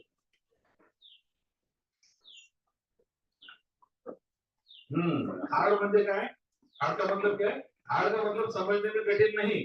हार्ड का मतलब एक कुछ ऐसी इंजीनियरिंग की प्रैक्टिस जहाँ पे आपको हाथों से काम करना है, हाथ से काम करना है, बहुत ज्यादा। एसी में बैठ के काम नहीं करना, हाथों से काम करना है, उसे हार्ड बोलते। पढ़ने में सारे इंजीनियरिंग एक जैसे ही लगते, सारे इंजीनियरिंग में कुछ चीजें कॉमन ही होती है। लेकिन यहाँ पे बात करेंगे तो mechanical, civil, automobile, polymer, chemical, metallurgy, production, ये सारे ब्रांचेस हार्ड ब्रांचेस जहाँ पे बच्चों हाथों से काम करते हैं, प्रैक्टिकल ज्यादा करते हैं। और सॉफ्ट में अगर हम लोग बात करेंगे तो कंप्यूटर है, इंफॉर्मेशन टेक्नोलॉजी है, फिर उसके साथ में artificial intelligence, data science, instrumentation, EITC, ये सारे ब्रांचेस सॉफ्ट में। सॉफ्ट वाले क्या करते हैं, ज्यादा से ज्यादा बैठ के काम करेंगे, सर्किट्स पे काम करेंगे, कंप्यूटर में काम करेंगे, प्रोग्रामिंग में काम करेंगे, कोडिंग में काम करेंगे, ये सारे सॉफ्ट। तो सॉफ्ट और हार्ड का मतलब समझ में है। अभी जब इंजीनियरिंग में हम लोग बात करते हैं तो सबसे ज्यादा आज एक ट्रेंड चल रहा है जिसके ऊपर मैं जरूर बात करना चाहूंगा, और वो ट्रेंड है कि इंजीनियरिंग करनी तो सिर्फ कंप्यूटर इंजीनियर। उसके बाद में क्या है, दुनिया ही खत्म है। मैं कुछ अगर आपको कैलकुलेटिव अगर बताना चाहूंगा तो लगभग मैं अगर मैं 100 पेरेंट्स के साथ में बात किया, 100 पेरेंट्स के साथ में बात किया, तो कितने लोग चाहते हैं कि उनके बच्चे कंप्यूटर इंजीनियरिंग करें। तो 100 में से आपको क्या लगता है कि कितने बच्चे रहेंगे कि जो लगता है कि वो कंप्यूटर इंजीनियर बने? आप बताइए, कोई भी रैंडम आंसर। 20, 90, ओके, 90 प्लस है, ओके, तो प्लस बढ़िया है एकदम। और पेरेंट्स बात कर सकते हैं ना? अरे वाह मैडम, क्या बात है। तो मैं जानना चाहूंगा कि आपको ऐसा क्यों लगता है कि आप कंप्यूटर इंजीनियर हो लेकिन बच्चे कंप्यूटर इंजीनियरिंग ना करें?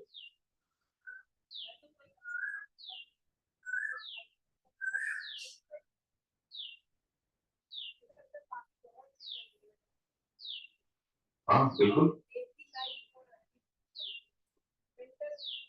मेंटल प्रेशर है। Thank you for giving a real life input, thank you very much for that. मैं कोई आईटी के खिलाफ नहीं हूँ, कंप्यूटर के खिलाफ नहीं हूँ। मैं मैकेनिकल इंजीनियर हूँ और कंप्यूटर के सब्जेक्ट पढ़ाता हूँ, डेटा स्ट्रक्चर्स पढ़ाता हूँ। अभी पिछले साल इंजीनियरिंग इंफॉर्मेटिक्स पढ़ाया था। मैं किसी के खिलाफ नहीं हूँ, लेकिन ये चीज जानना बहुत जरूरी है कि जो कंप्यूटर के फील्ड में काम कर रहे हैं उनसे थोड़ा बात कीजिए। जैसे मैंने मेडिकल के बारे में बोला था, तो आज सबसे बड़ी बात है कि रिसेशन बहुत है कंप्यूटर के फील्ड में। नहीं, जॉब नहीं है, मेरे स्टूडेंट्स को जॉब नहीं है, मेरे घर में फैमिली मेंबर है, बच्चे जिनको जॉब नहीं है। आने वाले कुछ दिनों में रिसेशन और बढ़ने वाला है, तो हम क्यों अपने बच्चों को धकेलें कि कंप्यूटर इंजीनियर बने करके? बहुत ज्यादा भीड़ है। अभी पिछले साल का मैं आपको एक स्टैटिस्टिक नंबर भी देता हूँ। Government college of engineering, COEP, नाम तो सुना ही होगा, अच्छा कॉलेज है, इंडिया का सबसे पुराना कॉलेज। और उस कॉलेज में कंप्यूटर इंजीनियरिंग में जो लास्ट एडमिशन हुआ था, लास्ट बिल्कुल आखिर में जिसका एडमिशन हुआ, उसका सीईटी का स्कोर था, सीईटी का स्कोर 99.6। अरे कितना कंपटीशन है, बच्चों को मरवाएंगे। 99.6, और इस बार तो हम देख रहे हैं प्रेडिक्शन, जो लास्ट स्टूडेंट एडमिट होगा उसका स्कोर रहेगा 99.8। इतनी कंपटीशन, 300 बच्चे एडमिट होते हैं 0.2 मार्क्स में, 0.2 में 300 बच्चे एडमिट करते हैं। इतने कंपटीशन में जाने के बाद में फिर क्या होता है, 4 साल के बाद में डिग्री मिलती है। और मैं बोलता हूँ कि डिग्री मिलेंगे तो बच्चे क्या करेंगे?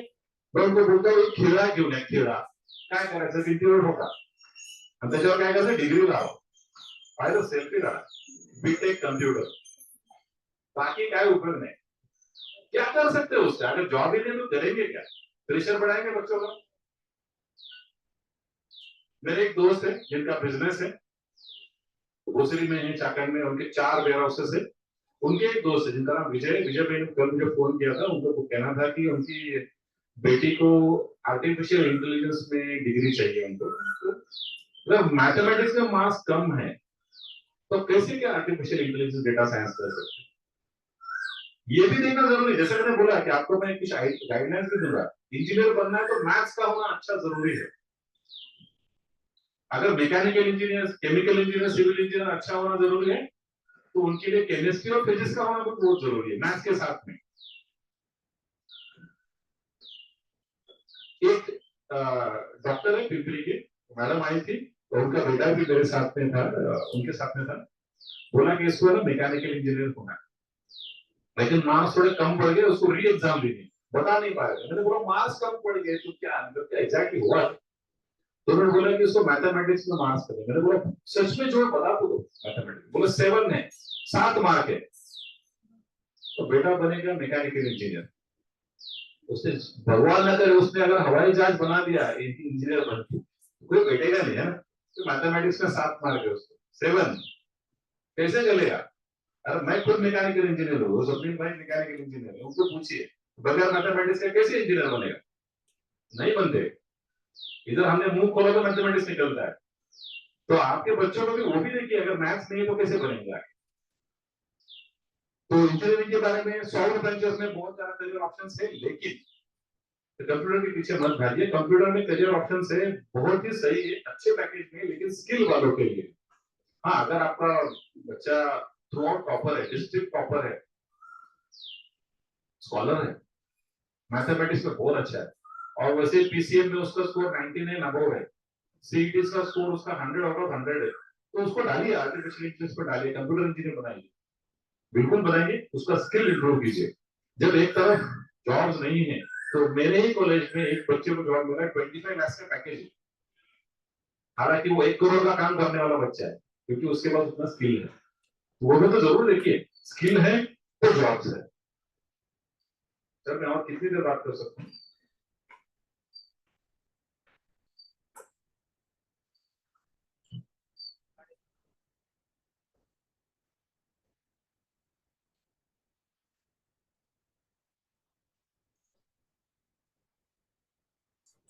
कल और परसों 2 दिन में वर्कशॉप ले रहा था कंपनी में, सुबह 9 बजे शुरू करना है, शाम को 6 बजे खत्म करना है। तो बात करना मुझे बहुत अच्छा लगता है, वो तो ईश्वर की कृपा है, जिन्होंने मुझे वो ज्ञान दे दिया कि बात करो, तो लोग सुनते भी हैं। आप भी तो बैठे, हाँ?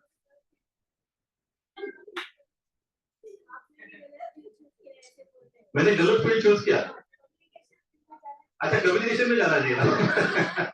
Thank you for this compliment, I will take this as a compliment. मैं मैकेनिकल इंजीनियर हूँ, लेकिन वो छोटी बात है मेरे लिए। मेरे लिए सबसे बड़ी बात है कि मैं बातें बहुत अच्छा करता हूँ, तो लोग सुनते भी हैं, पैसा देके सुनते हैं। आज तो हम फ्री में है, लेकिन पैसा देके भी सुनते हैं। तो बातें करना तो अच्छा लगता है, और मैकेनिकल इंजीनियर मैंने इसलिए की क्योंकि मेरा पैशन था। जब मैं 8वीं कक्षा में था, तो मैकेनिकल में जो फर्स्ट ईयर में बच्चे पढ़ते, वो सारे मशीन मैंने चला लिए थे। इंजीनियरिंग ड्राइंग मैंने 9वीं कक्षा में पढ़ ली, और मैकेनिकल इंजीनियरिंग के थर्ड ईयर के कैलकुलेशन में 10वीं कक्षा में सब कर लिए। जब मैं 4थी कक्षा में था, तब से मैंने ऑटोमोबाइल रिपेयरिंग की, बाइसिकल से लेकर ऑटो रिक्शा तक, गैराज में जाके बैठा और सब किया, कपड़े काले के सब धंधा किया। मैंने घर के सारे जितनी भी चीजें थी, मिक्सर से लेके फैन से लेके इस्त्री तक, सारे के सारे खराब कर डाले 7वीं 8वीं कक्षा में। घर वाले बहुत परेशान थे, क्या करे इसका, जो भी हाथ को लगा खोल लेता था। तो यहाँ पे मैकेनिकल इंजीनियर भरा हुआ था, और मुझे एडमिशन मिला कौन से कॉलेज में? Vijay medical college of engineering. Vijay medical college पता है कहाँ पे? पुणे में ही है, सोसन हॉस्पिटल, पुणे स्टेशन के बाद बाहर उसके, तो वहां पे एडमिशन मिला। अभी देखिए कितना मिसमैच है। घर वाले तो बहुत खुश, बेटा विजय मेडिकल कॉलेज, पूरी खानदान में 100 साल की हिस्ट्री में कोई भी विजय मेडिकल कॉलेज का शक्ल तक नहीं दिखा है, पेशेंट भी एडमिट नहीं हो रहा वहां पे ससुर में। तो बच्चा अपना डायरेक्ट विजय मेडिकल, क्या हुआ? मेरे पिताजी तो बहुत खुश थे। मेरे पिताजी का एजुकेशन 9वीं फेल है, पढ़े लिखे मजदूर थे वो, मजदूर का बेटा डायरेक्ट विजय मेडिकल। लेकिन मेरे अंदर से आवाज नहीं आ रही थी, तो मैंने बोला पापा ये मैं मेडिकल नहीं करूंगा, मुझे पूरी इंजीनियरिंग के मैकेनिकल इंजीनियर बचपन से बनना है, वही पढ़ते आ रहा हूं मैं। पापा ने बोला देख इतनी बड़ी अपॉर्चुनिटी है जिंदगी में, तेरे नाम के पीछे डॉक्टर लगेगा, डॉक्टर प्रफुल्ल, क्या बात कर रहा है, तू छोड़ देगा? बहुत 2-4 दिन दिमाग खराब करने का उन्होंने बोला, एक कंडीशन पे कर सकते हैं, अगर सीओए में तुझे एडमिशन मिल गया मैकेनिकल के लिए तो छोड़ दे। भागा, 7 दिन के बाद में सेकंड राउंड चल रहा था, मैंने एप्लीकेशन करके रखा था, सेकंड राउंड में भागा, फर्स्ट राउंड में गया नहीं था, सेकंड राउंड में जाने के बाद पहला सीट मुझे मिल गया इमीडिएटली, स्कोर अच्छा था, और इधर विजय मेडिकल पे मैंने जय महाराष्ट्र कर दिया। आज लेकिन नाम के पहले डॉक्टर लगा रहा हूँ, दूसरे तरीके से किया। मैकेनिकल इंजीनियर नहीं होता तो कोई अच्छा आदमी नहीं बनता, ऐसा मुझे अंदर से लग रहा है। चलिए बात करेंगे आगे। अगर हमको कुछ करियर ऑप्शन चूज करना है तो गलत तरीके क्या है? सबसे पहला गलत तरीका यह है पेरेंट्स का, कि प्रेशराइज करना बच्चों को। मी सांगितलं तुला आर्किटेक्ट व्हायचं तर बस आर्किटेक्टच व्हायचं, दूसरा कैसे लगाया भाई? मैंने बोला तुमको इंजीनियर बनना, इंजीनियर बनना, दैट्स इट, खत्म। कुछ पेरेंट्स होते चिल्लाते हैं। मेरी बेटी की उसकी एक फ्रेंड है, और वो फ्रेंड कॉलेज में कल रो रही थी, उसके टीचर के सामने बोला कि I hate my mom and dad, मुझे मेरे नए मम्मी पापा चाहिए।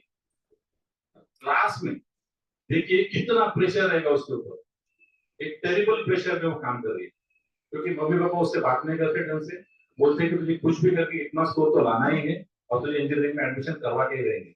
बच्चे का इंटरेस्ट आर्ट्स में है, बहुत प्रेशर में काम कर रही है, खाना तक उसको जाने रहा है, वेट लॉस हो रहा है, आपको के नीचे dark circle at the age of 18 साल। मैं गांव वाली बात नहीं कर रहा हूँ, शहर की बात कर रहा हूँ। सुशिक्षित लोकांमध्ये प्रॉब्लम है। सबसे बड़ी प्रॉब्लम कहां पे? उच्च शिक्षित लोगों में, जो ज्यादा पढ़े लिखे, उनमें बहुत ज्यादा प्रॉब्लम है। कम पढ़े लिखे लोगों में कोई प्रॉब्लम नहीं, वो तो बोलते बेटा तुम जो करना है कर ले, ढंग से पूछना वो तो कर ही लेगा। तो प्रेशराइज मत कीजिए। दूसरी चीज ये जो मैंने पहले ही बोली कि हमारे घर में ना, वो हमारे घर में फैक्ट्री लगा के रखी है। किस चीज की फैक्ट्री? डॉक्टर बनाने की फैक्ट्री, आर्किटेक्ट बनाने की फैक्ट्री, कंप्यूटर इंजीनियर बनाने की फैक्ट्री। तो उस फैक्ट्री में तू भी है, तू भी तो बन जा। तो फैक्ट्री मत लगाइए, फैक्ट्री मत लगाइए। आपके घर में कितने भी इंजीनियर हो, कितने भी डॉक्टर हो, वो एक अलग चीज है। आपके बच्चों का पैशन अलग है, कुछ अलग ढूंढ के तो देखिए, मिलेगा जरूर।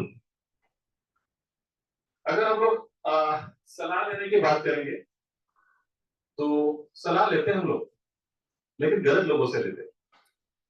एक एग्जांपल जो मैंने पिछले सेमिनार में भी शेयर किया था, वापस शेयर करूंगा। एक पेरेंट मेरे पास आए थे और उन्होंने बोला कि मेरे बेटे को ना कंप्यूटर इंजीनियरिंग बनना है, और मैंने सलाह ली है, मेरे पास पूरा लिस्ट है, वो दिखाई। तो उन्होंने 85 लोगों से बात किया, 85 लोगों से बात किया था, और उन्होंने बात करके बोला कि बेटे का जो फ्यूचर है कंप्यूटर इंजीनियरिंग है। मैंने बहुत सही बात है। फिर अभी आप मुझे बोलिए कि वो 85 जो लोग हैं जिनका आपने सलाह लिया है, उसमें से काउंसलर कितने? आपको क्या लगता है कितने काउंसलर रहेंगे? करियर काउंसलर कितने रहेंगे? 5-10 और 0? एक भी करियर काउंसलर नहीं। बोले बोले ठीक है, चलो कोई बात नहीं, नॉर्मली हम जाते रहिए। तो कंप्यूटर में काम करने वाले, आईटी में काम करने वाले कितने लोग हैं? कोई नहीं है। चलो ठीक है, कंप्यूटर इंजीनियर कितने हैं? कोई नहीं है। चलो ठीक है, इंजीनियर कितने हैं? 3। और क्या बात, कम से कम 3 तो इंजीनियर निकले। तो 3 लोग क्या कर रहे हैं? किसी का इंश्योरेंस का है, किसी का सब्जी का बिजनेस है, और किसी का और कुछ बिजनेस है। तीनों की तीनों इंजीनियरिंग के काम नहीं कर रहे, और बाकी बचे 82 लोग ऐसे हैं जिसमें दुकानदार से लेके, वकील से लेके, मेरा फैमिली डॉक्टर से लेके, पड़ोस वाले अंकल से लेके, ऊपर वाले चाचा तक सब कुछ है। तो नाम बकायदा नाम लिख के आए। तो सोचिए थोड़ा, हम लोग सलाह लेते हैं लेकिन गलत लोगों से लेते, तो कैसे चलेगा? फिर सलाह लेने तो कुछ एक्सपर्ट से लीजिए। अगर डॉक्टर बनना है तो किसका सलाह लोगे? डॉक्टर के पास जाइए जो ऑलरेडी सुपर स्पेशलिस्ट है। आपको लगता है ना आपका बच्चा क्या करेगा, पूरा डिसाइड है, बचपन से डिसाइड है। बचपन से मतलब कब से? जब बच्चा पैदा होता है, पैदा होते ही साथ लड़की हुई कार्डियोलॉजिस्ट। अरे पहला ही दिन यार, एक दिन की बच्ची है, कार्डियोलॉजिस्ट कैसे? बच्चा हो गया न्यूरोनेटोलॉजिस्ट, अरे कैसे? पूरा दिमाग तो डालेंगे। तो अगर कुछ ऐसा है तो सोचने की बहुत ज्यादा जरूरत है। यहाँ पे हम लोग सलाह तो लेते हैं, लेकिन किससे लेते हैं? एक्सपर्ट से लीजिए। बहुत सारे एक्सपर्ट है, पुणे विद्या महाविद्यालय है, एजुकेशन हब है, अच्छे अच्छे लोग मिलेंगे। अलग अलग कॉलेजेस को विजिट कीजिए, और विजिट करके जानकारी तो लीजिए उस कॉलेज में पढ़ाते क्या है, प्रोफेसर क्या करते हैं, इंडस्ट्री में जाके देखिए। अगर आपको लगता है कि इसको कॉमर्स में कुछ करना है, जाकर देखिए कॉमर्स वाले लोग करते क्या है, बैंकिंग में जाइए, फिनांस सेक्टर में जाइए, लोगों से बात कीजिए, बच्चों को भेजिए, उनको बोलिए कि आप जाके बात करके आओ। तो इन्वेस्टमेंट बैंकर से जाके बात करके वो बंदा करता क्या है, ठीक है। बाकी selecting the best college, engineering university या कोई भी यूनिवर्सिटी, इसके बारे में तो बहुत सारी बातें हो सकती है, कि थोड़ा सा मैं स्किप करूंगा। करियर ऑप्शन अगर आपको बेस्ट चूज करना है तो बहुत सारी चीजें, जिसमें स्टूडेंट का स्ट्रेंथ, बच्चों का स्ट्रेंथ क्या है, फिर फैमिली का सपोर्ट है कि नहीं है। जैसे मैंने बोला वो स्ट्रेस वाली केस, फैमिली का सपोर्ट से जितना पैसे देंगे बाकी कुछ नहीं करेंगे। लर्नेबिलिटी क्वेश्चन एक ऑनलाइन टेस्ट होता है, फ्री में है, गूगल पे सर्च कर लीजिए लर्नेबिलिटी क्वेश्चन। तो बच्चों को करना है, पेरेंट्स को नहीं। तो बच्चे सर्च करेंगे, खुद का टेस्ट करके देखेंगे कि हम कहाँ पे लर्नेबिलिटी में, हमारा एडॉप्शन लेवल कितना है। हेल्थ एंड फिटनेस,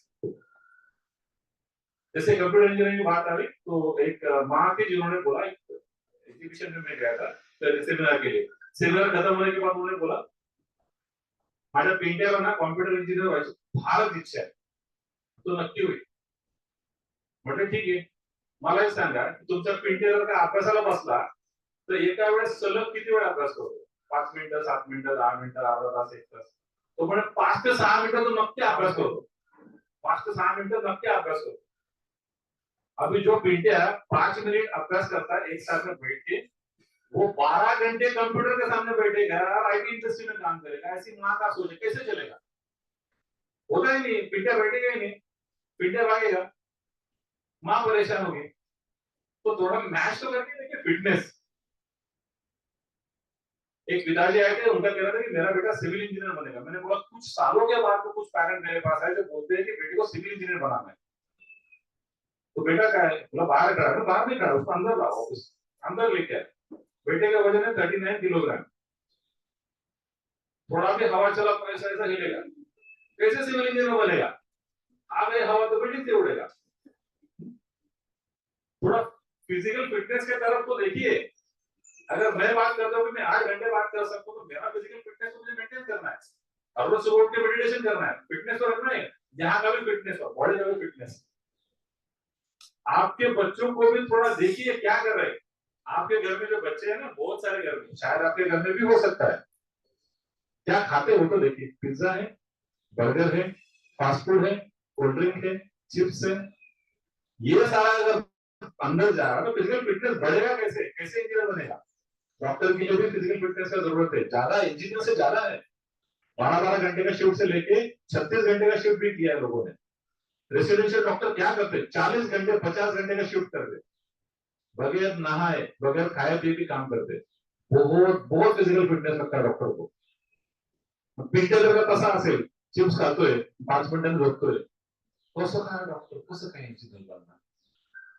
माँ बाप भी किसी फैमिली में कल्प्रिट है, उनकी वजह से बच्चों का करियर खराब हो रहा है। बच्चों को पता नहीं है, माँ बाप उनका कल्चर खराब कर रहे हैं। कैसे खराब कर रहे हैं? बेटे के लिए सेपरेट बेडरूम, एसी लगा हुआ, एप्पल का लैपटॉप है, खुद एप्पल खाने की भी हैसियत नहीं है, लेकिन एप्पल का लैपटॉप बच्चे के लिए देते हैं 2 लाख का।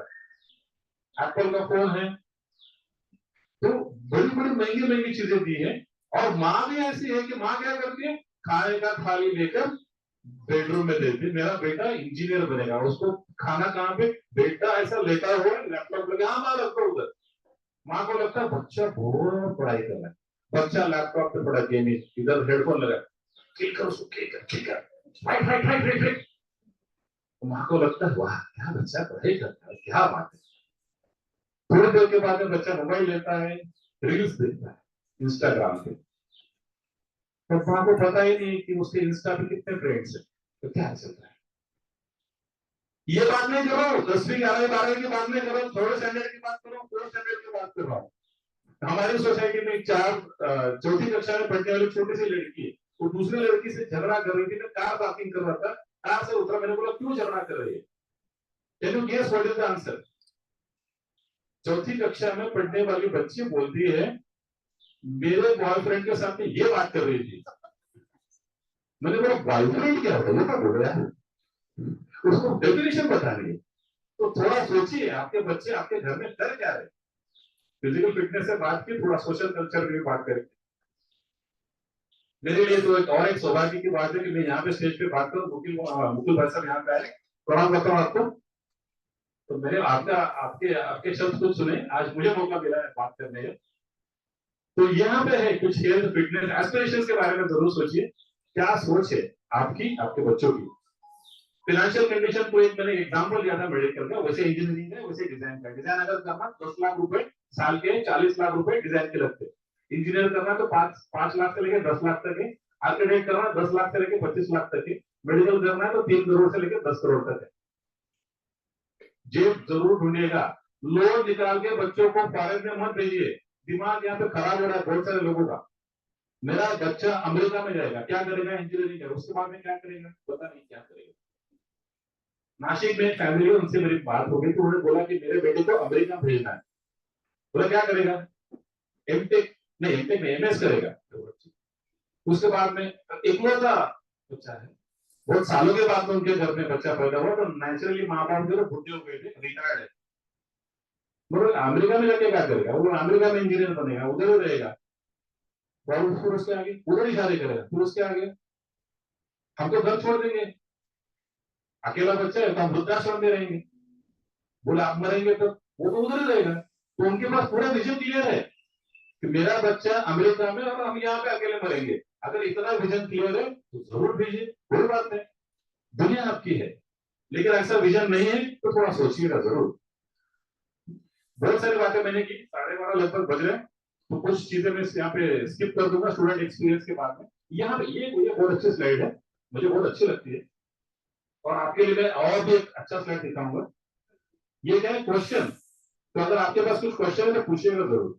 5 मिनट, 5 मिनट आपके पास है। मैंने तो बहुत सारे क्वेश्चन आपको पूछ लिया, आपका मौका है, पूछिए जरूर।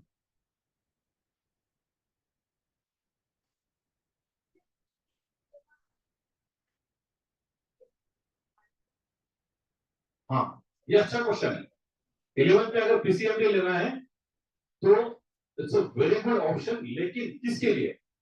अगर आप बायोटेक्नोलॉजी में जाना चाहते हैं, अगर कुछ बायोमेडिकल इंजीनियरिंग करना चाहते हैं, या फिर कुछ ऐसा करियर ऑप्शन थी जहां पे बायोलॉजी का भी एप्लीकेशन है, मैथमेटिक्स का भी एप्लीकेशन है, तो पीसीएमबी अच्छा है।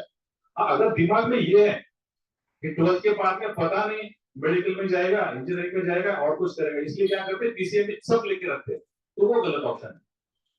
वो क्या होता है, बच्चों के ऊपर प्रेशर पड़ता है, मैथ्स करना है, बायो करना है, नीट देना है, जेई देना है, सीईटी देना है। बहुत सारे पेरेंट्स ऐसे होते हैं जो बोलते हैं सीईटी भी दो, जेई दो, जेई एडवांस दो, नीट दो, कैट दो, दुनियादारी दो। बच्चे नहीं कर पाते, एक भी एग्जाम में परफॉर्म नहीं करेंगे, बच्चों को ऊपर प्रेशर नहीं देना है। उससे तो अच्छा है कि मैं बोलूंगा कि 10th के बाद में थोड़ा काउंसलिंग कर लीजिए बच्चों का, उसका पैशन ढूंढिए और पीसीबी या फिर पीसीएम दीजिए।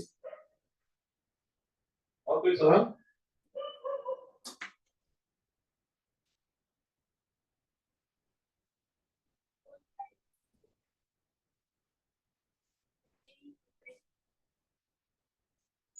हाँ, सबसे पहले तो मैं ये बात करूंगा बोर्ड से पहले कि जेई प्रिपरेशन किसने करनी है। एक बहुत ही खराब सा माहौल चल रहा है हमारे समाज में कि किसी भी क्लास में चले जाओ वो बोलते हैं कि एक हमारा कॉम्बिनेशन चल रहा है, कॉलेज के साथ में टाई अप है और जेई भी देना है, सीईटी भी देना है। जेई किसको देना है? तो महाराष्ट्र के बाहर पढ़ना है, प्राइवेट यूनिवर्सिटीज में पढ़ना है, आईआईटी में जाना है, रिसर्चर बनना है, उनके लिए जेई ठीक है। आप चाहते हैं कि मेरा बच्चा इधर विप्रो कॉलेज ऑफ इंजीनियरिंग में पढ़े, तो क्यों जेई देना है? उसको सीईटी देना है। जेई वेरी हाई प्रेशर वाला सिचुएशन, सीईटी दीजिए। बोर्ड का अगर हम लोग बात करेंगे तो सीबीएसई का अगर हम लोग एग्जाम देखेंगे, सीबीएसई और जेई बहुत अच्छे तरीके से मैच करता है, एसएससी मैच नहीं करेगा। एसएससी करना है तो सीईटी के लिए एसएससी सीईटी अच्छा कॉम्बिनेशन है, वो जरूर कीजिएगा। अगर बच्चों को यहाँ महाराष्ट्र में पढ़ाना है तो स्टेट बोर्ड और सीईटी अच्छा ऑप्शन है। और कुछ क्वेश्चन?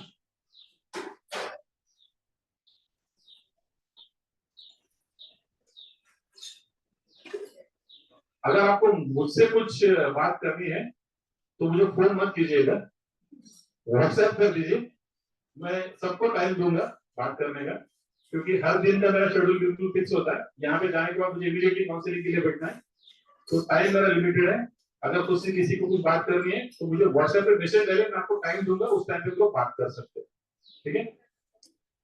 पैरामेडिकल का एक 2 मिनट में बताओ। पैरामेडिकल में बहुत सारे करियर ऑप्शंस आते हैं, जैसे कि अगर हम लोग लोअर लेवल से अगर बात करेंगे तो नर्सिंग से है, उसके बाद में एक्सरे टेक्नीशियंस है, लैब टेक्नीशियंस है, फिजियोथेरेपिस्ट है। एक लेवल अभी ऊपर जा रहे हैं, फिजियोथेरेपी थोड़ा ऊपर लेवल पे आता है। उससे भी अगर हम लोग ऊपर में बात करेंगे तो कायरोप्रैक्टर है, जो करियर हमें पता नहीं है। तो एक बहुत ही अच्छा करियर ऑप्शन है, जहाँ पे मेडिकल में तो काम करना है लेकिन डॉक्टर नहीं बनना है। तो नर्सिंग वगैरह बात करेंगे, एक्सरे टेक्नीशियन, लैब टेक्नीशियन बात करेंगे, तो वो इतना आसानी से बच्चे पढ़ सकते हैं। और जॉब्स तो है ही, medical field is evergreen field, और जितने अस्पताल बढ़ रहे हैं तो वहां पे पैरामेडिक्स का भी, स्किल्ड पैरामेडिक्स का होना बहुत बहुत बहुत रिक्वायरमेंट है, तो जरूर कीजिएगा। और अगर थोड़ा सा एक लेवल ऊपर जाना है तो साइकोलॉजिस्ट, फिजियोलॉजिस्ट, फिजियोथेरेपिस्ट, इनकी भी बहुत ज्यादा रिक्वायरमेंट है, वो भी एक एक्सप्लोर आप कर सकते हैं। Yes madam. Bachelor of design के लिए अगर एंट्री करना है तो 11th 12th में आर्ट्स कर सकते हैं, कॉमर्स कर सकते हैं, या फिर साइंस कर सकते हैं। किसी भी स्ट्रीम से आप बैचलर ऑफ डिजाइन में जा सकते हैं। थोड़ा सा कंडीशन ये है, 2 साल तक प्रिपरेशन जरूर कीजिएगा। अच्छे अच्छे इंस्टीट्यूट हैं, चिंचवड में भी है, चित्तौड़ स्टेशन में 2 इंस्टीट्यूट है जो आपको बच्चों को अच्छी तरह से पढ़ाते हैं, उस एग्जाम के लिए, एंट्रेंस एग्जाम के लिए तैयार करते हैं। और उसके लिए आर्ट कॉमर्स साइंस में 50% मार्क्स होना बहुत जरूरी है।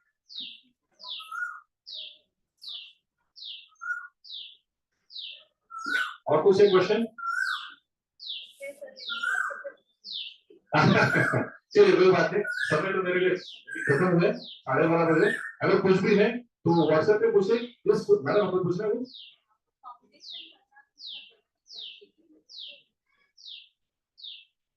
फाउंडेशन मतलब तो 8वीं 9वीं 10वीं वाला फाउंडेशन कोई जरूरी नहीं है। प्रेशर बढ़ा दिया बच्चों के ऊपर। जेई करना है, सीईटी करना है, नीट करना है, 8वीं 9वीं 10वीं बच्चों को खेलने का मौका देना चाहिए। मेरी बच्ची जब 10th स्टैंडर्ड का एग्जाम दे रही थी, हमने 4 बार पार्टी किया और 6 बार रेस्टोरेंट में जाके खाना खाया, बिल्कुल फुल एंजॉय, और तब जाके उसको 96.5% मार्क्स मिले। तो रिलैक्स रहने दीजिए बच्चों को। वो नई फाउंडेशन सब दिमाग के कीड़े लोगों ने डाले, पैसे कमा रहे, बच्चों को बहुत प्रेशर डाल दे, वो क्लासेस वाले पैसे कमा रहे। उनको पैसे मत दीजिए, पैसे अपने बच्चों को दीजिए। NID, national institute of design, उनके लिए उनका एक अलग एंट्रेंस एग्जामिनेशन होता है, क्या बोलते हैं उसको, डिजाइन एप्टीट्यूड टेस्ट है एनआईडी का, और उसके पैरेलल एक होता है यूसीड। तो दोनों एग्जाम लगभग इक्वल है। अगर एनआईडी के लिए प्रिपरेशन करें तो यूसीड के लिए भी प्रिपरेशन जरूर कीजिए, दोनों साथ में चलेंगे। और यूसीड का अगर आप एग्जाम देते हो तो आईआईटी में जो आईडीसी होता है वहां पे एडमिशन मिलता है। 11 से प्रिपरेशन स्टार्ट करना है, 11 12। Yes sir.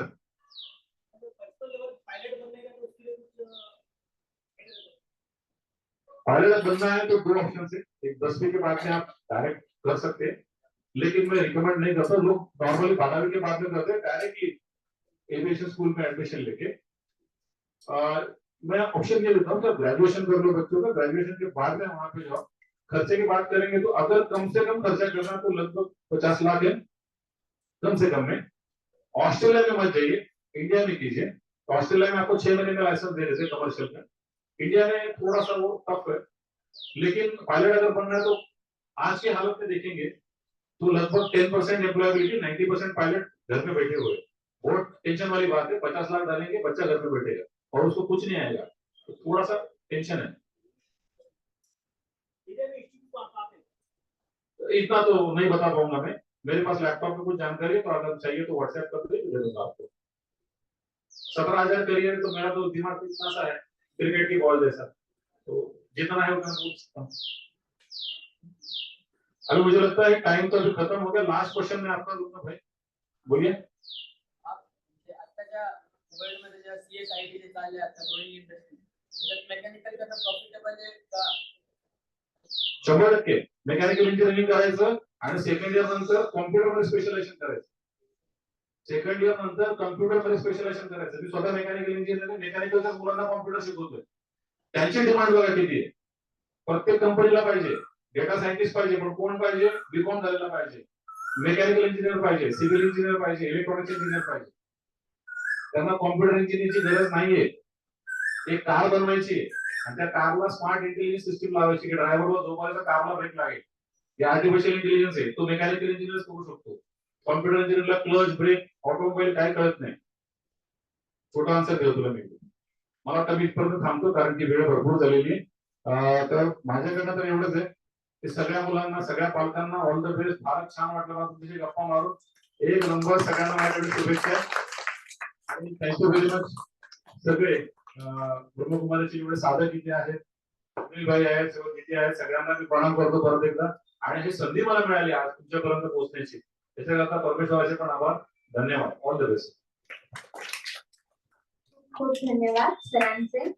बहुत अच्छी तरह से हम सबको गाइड किया और जो प्रैक्टिकल बातें हैं, जैसे आपने मेडिकल के लिए सुनी कि कभी जाके एग्जीबिशन या मेडिकल कॉलेज या हॉस्पिटल को विजिट करके आओ, मतलब जो प्रैक्टिकली हमें काम करना है वहां पर अगर हम जाके विजिट करके आएंगे तो फिर पता चलेगा सिर्फ मार्क्स के ऊपर हम नहीं देखेंगे, लेकिन सच में हमें वो चीज अच्छी लगती है, इंटरेस्ट है, तो उसको हम एंजॉय कर सकते हैं हमारे पूरे लाइफ में, फिर वो काम को हम एंजॉय कर सकते हैं. तो बहुत बहुत तहे दिल से धन्यवाद है सर का. अभी हमारे बीच में आदरणीय मुकुल भाई जी आए हैं. आपसे निवेदन है कि आप कृपया मंचासीन हो जाएं. मुकुल भाई जी को तो वैसे काफी सारे यहाँ पर जो बैठे वो जानते हैं. आप भी प्रोफेशन से इंजीनियर हैं, स्कोडा फॉक्सवैगन में आप डिपार्टमेंट हेड है, एचओडी के रूप से आप काम कर रहे हैं और अपना करियर बहुत बेहतर तरीके से भाई साहब निभा रहे हैं, कर रहे हैं. और बहुत सारे लोगों से मुलाकात होती है, बड़ों बड़ों से, तो हमने जो जितना देखा है या यहाँ पर भी जो बैठे महसूस करेंगे भाई जी आज ही है, तो अब तक भी भाई जी का जो लर्निंग एटीट्यूड है वो बहुत अच्छा है. हाल ही में उन्होंने अपनी पीएचडी पुणे यूनिवर्सिटी से कंप्लीट की साइकोलॉजी में, और एक रेयर कॉम्बिनेशन उनके एजुकेशन का है कि इंजीनियर होते हुए भी वो साइकोलॉजिस्ट भी है और आध्यात्मिकता के करियर में भी बहुत आगे है. ब्रह्मा कुमारी की एक बहुत स्पेशल विंग है, स्पार्क विंग, जिसमें स्पिरिचुअल रिसर्चेस किए जाते हैं. आपके जैसे यंगस्टर्स हैं ना, आजकल सवाल पूछते हैं कि स्पिरिचुअलिटी को हम यूज कैसे करें और प्रैक्टिकली कुछ तो प्रूफ दीजिए उसका.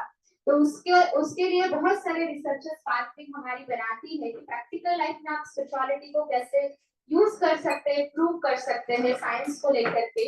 तो उसके भी भाई जी मेन कोर कमेटी मेंबर है. भारत की बहुत अच्छी अच्छी इंस्टीट्यूट जैसे DRDO वगैरह है, तो उनके साथ कोलैबोरेशन में बहुत सुंदर प्रोजेक्ट्स उन्होंने किए हुए हैं.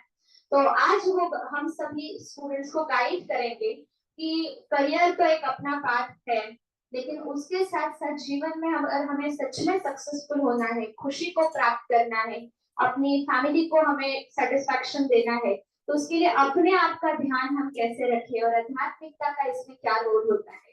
तो आदरणीय भाई जी,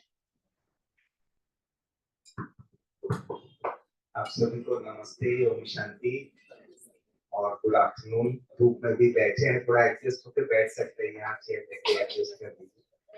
इनफैक्ट हम लगभग 15 मिनट सर का सुनने का सौभाग्य मिला और सर कुछ एक जस्ट छोटी अनाउंसमेंट है.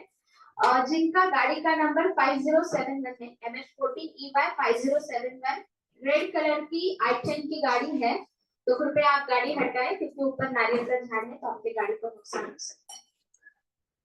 और बच्चे जो धूप में बैठे हैं प्लीज एडजस्ट हो जाइए, ये पूरा आपके लिए खाली है, आप चेयर लेके सीधा यहाँ पर आ सकते हैं. यहाँ भी एक आध बैठ सकते हैं, ऊपर में भी स्टेज पे भी आके बैठ सकते हैं, कंफर्टेबल है, एडजस्ट कर लीजिए. राइट, तो हम आपके साथ जस्ट 15-20 मिनट कुछ एक इम्पोर्टेंट बातें बताएंगे. सर जैसे आपको करियर के ऑप्शंस बता रहे थे और पेरेंट्स का क्या रोल है वो भी मैंने सुना, बहुत सुंदर. तो हम द अदर साइड, जब आप करियर में लॉन्च करते हैं, अपने नौकरी हो, स्टार्टअप हो या कोई कंपनी में ज्वाइन करते हैं, कोई आपके फैमिली बिजनेस में ज्वाइन करते हैं, तो उस साइड में हम लोगों को क्या दिखाई देता है वो हम आपके सामने रखते हैं. यूजुअली जो 17-18 साल की उम्र के बच्चे हैं और इसके बाद 10वीं 11वीं 12वीं के बाद आपके जो नेचर ऑफ स्टडीज होता है उसमें आपको काफी फ्रीडम मिलता है मूवमेंट के लिए, लेकिन उसके साथ साथ जो आप अदरवाइज बचपन में कई घर में वो आप उस अनुशासन में रहे हुए हैं. अब जब कोई अनुशासन में रहने के बाद उसको छोड़ दिया जाए या उनका स्टडीज के कारण उनको छुट्टी मिल जाए, दूर जाना, ट्रैवल करना, तो वो व्यक्ति का क्या फीलिंग होगा बताइए. मैं सारा दिन बंधा हुआ था और मुझे अभी खुला आसमान मिला तो मैं क्या करूंगा. आपको जेब खर्च मिलता है, पॉकेट मनी मिलता है, कुछ खर्चा कुछ चाहिए तो लाने के लिए मिलता है ना, कितना मिलता है?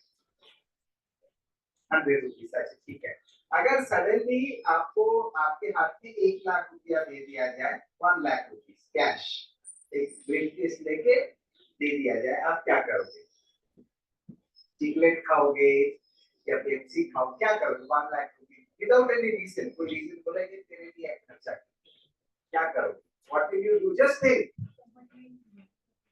समझ नहीं कौन बोल रहे हैं? समझ नहीं, आप बोल रहे हैं, आप बोल रहे नहीं, बच्चों को बोल रहे दीजिए। हाँ, क्या करोगे आप? बेटा आपका नाम क्या है? योगेश। और आप? हाँ? जोस्ना। जोस्ना योगेश 1-1 लाख रुपया मिला है, क्या करोगे बताओ? अब ये होगा, इस तरीके से पगार बढ़ रहा है कंपनी में, ये होगा आपको बहुत जल्दी जल्दी बहुत ज्यादा पैसा हाथ में आ जाएगा, उसको झेल पाएंगे क्या हम? बहुत ज्यादा पैसा हमारे हाथ में आ जाए सडनली, उसको मैं झेल पाऊंगा क्या? ये सोचने वाली बात है। इसका मतलब ये नहीं कि हम अपेक्षा कम रखें, नहीं। यहाँ बात ये है कि हमारे जीवन में कुछ नियम, कुछ अनुशासन जो हमारे पेरेंट्स कई बार बोलते हैं या दादा दादी नाना नानी जिनके घर में है वो बोलते हैं, उस चीज इनग्रेन होना बहुत जरूरी है। अदरवाइज जैसे ही हम बड़े होते हैं या पहला नौकरी लगता है, वहाँ जो टिपिकल कंप्लेंट्स कंसर्न्स आते हैं बच्चों के साथ, वो हम 3 एग्जांपल्स आपके सामने देखेंगे, बताएंगे। पहला चीज है, सोचिए उनका उठना और सोने का आदत बिगड़ा हुआ है। अब जब आप नौकरी में लगे हैं तो आपको कोई पूछने वाला होगा, आपको सिर्फ नौकरी में ऑन टाइम पहुंचना है। और अगर वर्क फ्रॉम होम है तब तो बंदे बंदे, कोई पूछने वाला भी नहीं है कब उठ रहे हो, बॉस को कोई पड़ी हुई नहीं है। अगर ऑफिस जाना है तो थोड़ा बहुत टाइमिंग्स का बात है, बट उसके बाद आके आप कितना बजे सो रहे हो, 2 बजे सो रहे हो, 1 बजे सो रहे हो रात में, कोई पूछने वाला नहीं है। इस सिचुएशन में आपका लाइफस्टाइल बिगड़ना और शारीरिक रूप से आपको आप डिटोरिएट करना के बहुत बहुत कॉमन एग्जांपल्स हैं। और जिसके कारण थोड़ा भी कहीं ऑफिस के प्रेशर एनवायरनमेंट आता है, वहां बच्चे ब्रेक डाउन होते हैं, नए बच्चे जो है। This is one aspect of it. तो हमारा सोना उठना, ये डिसिप्लिन हमारा बना रहना, किसी प्रकार का प्रोफेशन में जाए वो होना बहुत जरूरी है। इसको किसको पिज्जा पसंद है? हाथ में इसको नहीं, बस 2-3 को पसंद है, ठीक है। तो फाइंड द, उसके बाद क्या लिखा है? फाइंड द, क्या फाइंड करना है वो दिया हुआ है पीछे साइड में। Find the way out. Okay fine. So let us find the way out about pizza. Okay, now सोचिए पिज्जा आपको बहुत पसंद है, मम्मी बोलती है नहीं महीना में 1 बार, हफ्ता में 1 बार पिज्जा खाओ, रेगुलर नहीं, आपका दिल होता है। अभी आप चले गए कहीं इंजीनियरिंग या मेडिकल पढ़ने और आपको आपके हाथ में कुछ जेब खर्च आ गया, अभी आप क्या करेंगे? आप जो खाना है खाओ, कोई तो देखने वाला नहीं है, कोई पूछने वाला नहीं है। सुबह पिज्जा शाम को बर्गर, सुबह पिज्जा शाम को बर्गर, सिर्फ स्विगी और जोमेटो आ रहा है, ठीक है, ये चल रहा है। तो इस प्रकार का, मेरे एक मित्र थे, एकदम यंग लड़का था और एक दिन एक ऑफिस के काम से उसके घर में मुझे जाना पड़ा, वो अकेला बैचलर रहता था, हम भी थे लेकिन हम सत्संग से जुड़े हुए थे। तो ये हमको इसी कारण से उनके घर से कुछ सामान लेना था, कंपनी के सामान रखा हुआ था, कहीं पहुंचाना था। तो हम घर पे अंदर गए और घर पे घुसने के बाद उनका जो किचन था, एक ही बैचलर था, किचन में कम से कम 150 बॉटल्स पड़े हुए थे, 150 बॉटल्स, कोल्ड ड्रिंक्स के भी थे और बियर के, दारू के भी बॉटल्स थे, 150 खाली बॉटल्स। हम बोला भाई ये क्या करके रखे हो? क्लीनिंग का टाइम नहीं होता। 150 बॉटल्स, पहला नौकरी, पगार अच्छा, क्यों? कोई पूछने वाला नहीं। अब होता क्या है, ये व्यक्ति जब थोड़ा सा आगे कोई प्रेशर आएगा, पहले 1.5-2 साल वो निकल जाएगा, लेकिन उसके बाद उनका शरीर उनको साथ नहीं देगा और वो प्रेशर को झेल नहीं पाएगा। इसके लिए रूटीन का डिसिप्लिन बना के रखना, इसीलिए हमारे पेरेंट्स जो डिसिप्लिन बनाने की बात कहते हैं कि उठने का टाइम, सोने का टाइम, खाने का टाइम, किस प्रकार की चीज आप खा रहे हैं। आपको कोई चीज अच्छा लगता है, बेशक आप खाइए, बट उसका प्रमाण क्या होना चाहिए, ये 2-3 चीजों का अनुशासन बना के रखना, irrespective of whichever profession you go, ये बहुत बहुत जरूरी है। दूसरा चीज, जैसे जैसे आप अभी सिर्फ आप कैरियर ऑप्शन सोच रहे हैं, पर कैरियर में आगे बढ़ना है या सिर्फ घुस के उसी काम करते हुए रिटायर करना है, क्या करेंगे आप? आगे बढ़ना है, आगे बढ़ना है, यस और नो? अच्छा, आगे बढ़ने से जिम्मेदारी बढ़ेगी, रिस्पॉन्सिबिलिटी आएगा, यस और नो? यस। अच्छा, मुझे आपसे कुछ काम करवाना है, तो मैं आपसे कैसे काम करवाऊं? आप बहुत जिम्मेदार हैं, सोचिए यहाँ के रिस्पॉन्सिबल हैं, अब मेरा व्यक्तिगत कुछ काम आपसे निकलवाना है, तो मैं आपसे क्या करूंगा? मैं क्या करूंगा आपसे? कैसे काम निकलवाऊंगा बताइए? How can I get my work done from you? जो कानूनी तरीके से इलीगल है, लेकिन मुझे करवाना है, मैं कैसे करा सकता हूँ? हाँ जी, पैसे का लालच, सिर्फ पैसे का लालच नहीं, okay. 3 चीजों का लालच, एक है पैसे का, पैसे, प्रॉपर्टी, मान शान is one thing. The second aspect is आपके चरित्र के ऊपर आल्सो डिपेंड करता है। You have heard several cases which is called as honey trap.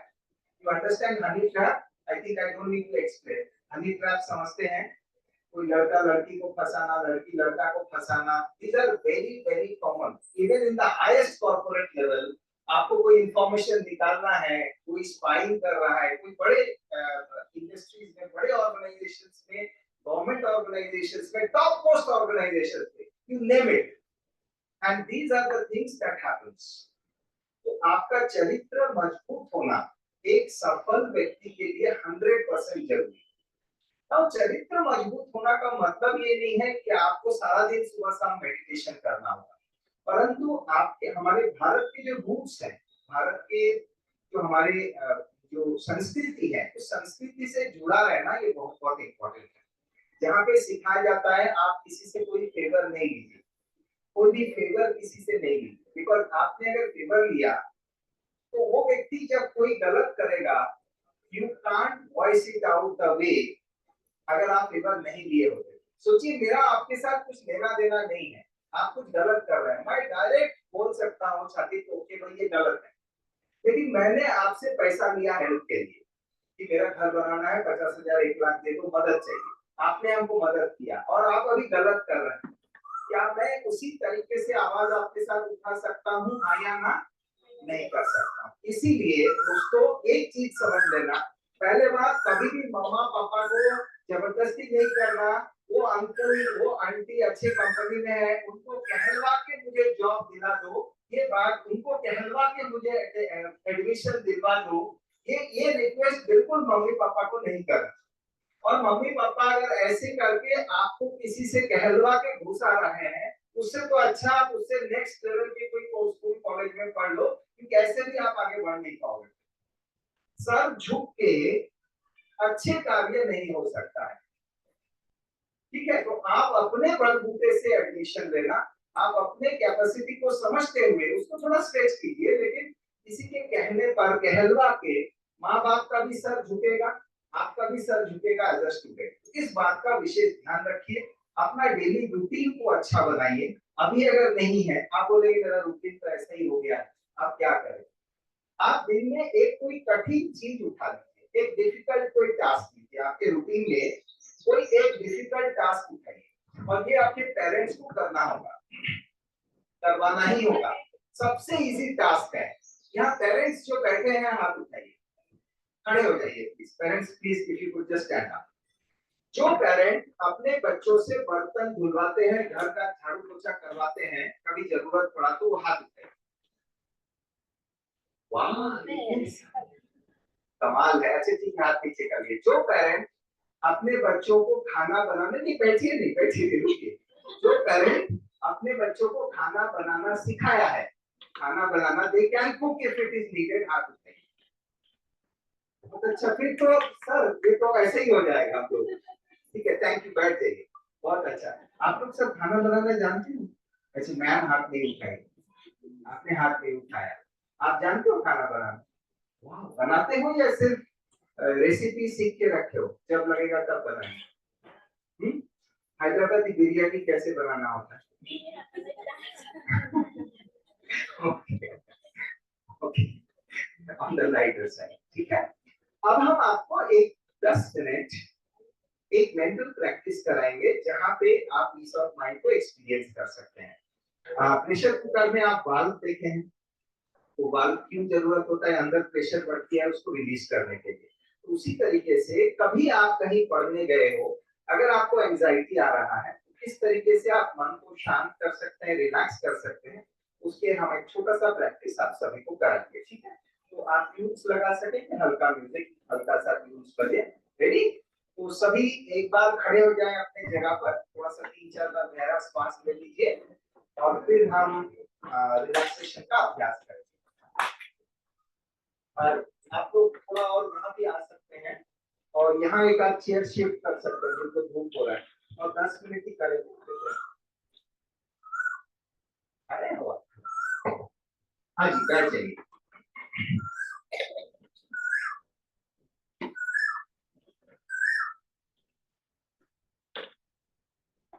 और एडिक्शन के बारे में आपको शुरू से ही ध्यान रखना जरूरी है, because once you get addicted आपका ब्रेन ट्रेन हो जाता है एडिक्शन के ऊपर, और फिर एडिक्शन छुड़ाना बड़ा मुश्किल है, बड़ा मुश्किल है। घर वालों भी परेशान, आपके फ्रेंड्स भी परेशान, आपके टीचिंग स्टाफ भी परेशान, सबसे खुद आप परेशान होंगे। तो कभी भी एडिक्शन को आजमाइए नहीं, क्योंकि वो आपको विवश कर देगा, right? And once you start there is no return way, there is no way of coming out, it's very difficult। और आपके मस्तिष्क को बहुत डिटोरिएट कराता है, बहुत डिटोरिएट कराता है, right? Okay, so let us practice a bit of relaxation. तो आप ऐसे करके आराम से बैठ जाइए और हम आपको कुछ कुछ मन कैसे शांत हो, रिलैक्स हो, उसके ऊपर कुछ कुछ सूचनाएं देंगे, उसको आप फॉलो करना, राइट? जो आप अपने स्थान पर भी कर सकते हैं। 2 बार गहरा श्वास लें और छोड़ें।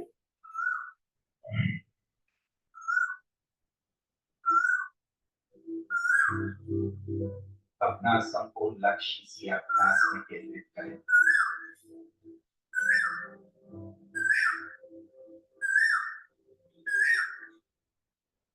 एकाग्रता को मस्तिष्क के मध्य भाग में ले आए।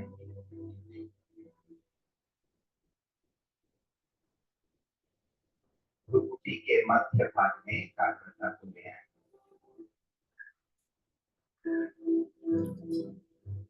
और ये फील करें कि आपके दोनों बाहें जो हैं तो बिल्कुल शांत शांत रिलैक्स होता जा रहा है। महसूस करें आपके दोनों बाहें बिल्कुल शांत हो चुका है।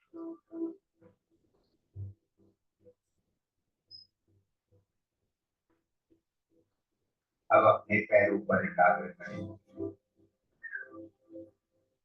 कमर से लेकर पैर के नीचे तक। आपके दोनों पैर बिल्कुल शांत शांत रिलैक्स हो चुका है, शिथिल हो चुका है।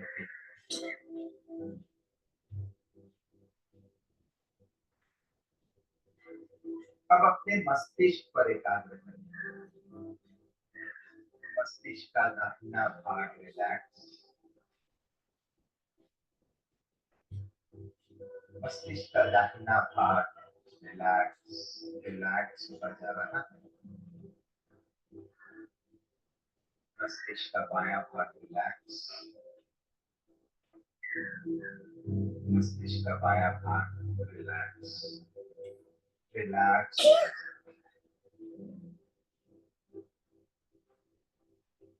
और आप एक सुखद शांत स्थिर अवस्था में बैठे।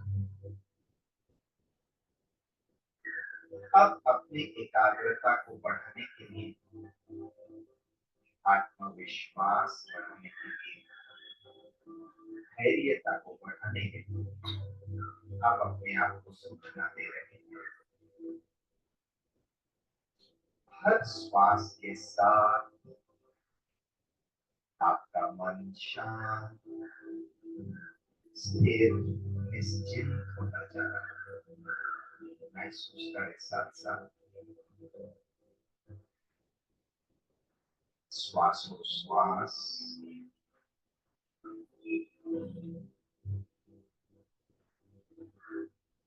आपका मन बिल्कुल शांत, निश्चिंत, एक पीस की अनुभूति कर रही है। As you breathe, आपका आत्मविश्वास बढ़ता जाता है। आपका इंटेलेक्ट, निर्णय शक्ति अर्थात आपकी बुद्धि बिल्कुल स्वच्छ, निर्मल हो जाती है।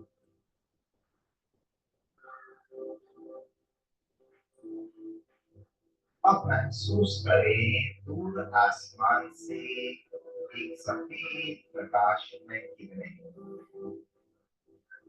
आपके मस्तिष्क के ऊपरी भाग से प्रवेश कर रहा है और वह किरणें आपके समग्र शरीर में प्रवाहित हो रहा है।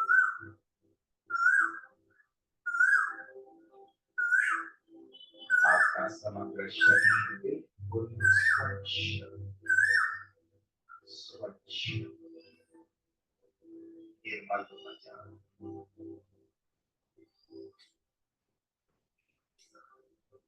आप निरोगी, स्वस्थ, शक्तिशाली, सुंदर बनते जा रहे हैं। आपका मन शांत, बुद्धि स्वच्छ और एकाग्र हो चुका है। श्वासोश्वास आपका आत्मविश्वास बढ़ता जा रहा है।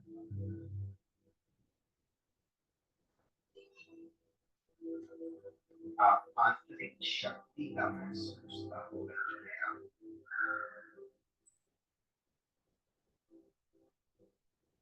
इसी भी समय निकाल कर बीच बीच में यह शांति अनुभूति अति सहज हम कर सकते हैं और मन को स्थिर कर सकते हैं। और जैसे हम 1 से 10 काउंट कर रहे हैं, फील कीजिए कि हर काउंट के साथ आप गहन एकाग्रता के अंदर प्रवेश कर रहे हैं। 1, 2,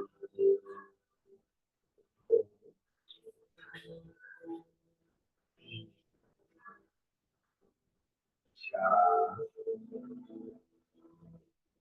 5,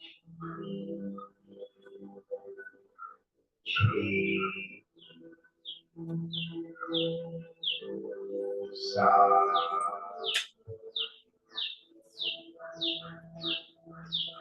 8, 9, 10।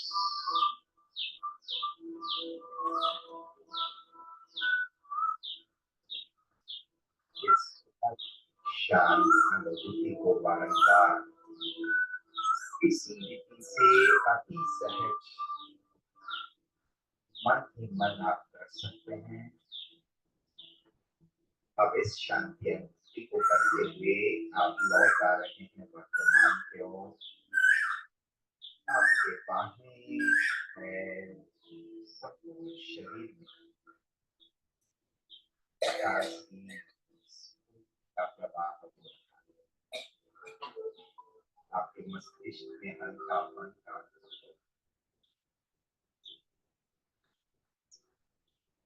समग्र शरीर में उमंग उत्साह हल्कापन हो रहा। अब उस परम शक्ति परमेश्वर को दिल से करें और धीरे धीरे पूर्ण रूप से वर्तमान पर पहुंच जाएं, जागृत हो जाएं। चारों ओर का वातावरण बहुत शांत आनंदमय अब धीरे धीरे अपने हाथ को पैर को थोड़ा सा मूव करा ले और वर्तमान पे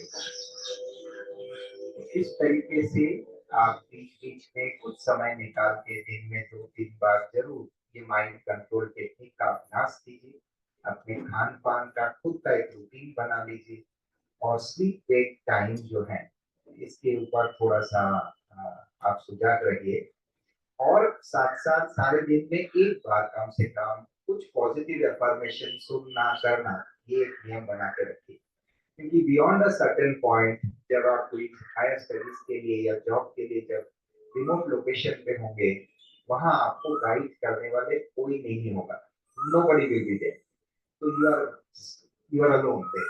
तो इसके लिए ये चीज अगर आप नहीं करेंगे तो देयर आर फर्दर चैलेंजेस, लेकिन अगर ये चीजें हम कर सकते हैं तो हम बहुत स्टेबली बहुत अच्छी तरह से हमारे यूथ लाइफ को एंजॉय कर सकेंगे और जॉब अपॉर्चुनिटीज जो भी हमें मिलेगा उसको बहुत अच्छी तरह से हम उसमें भी सक्सेस अकॉम्प्लिश कर सकेंगे। Thank you.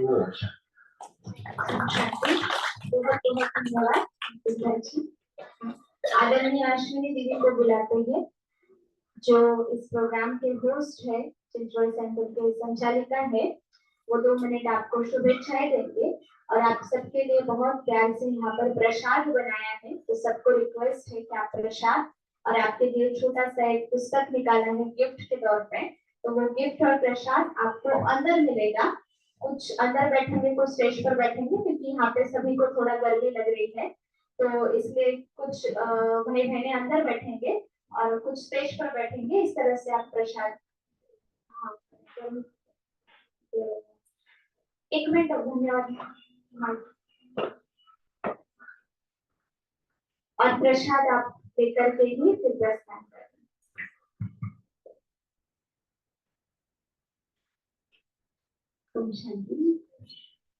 आप सबको अच्छा लगा?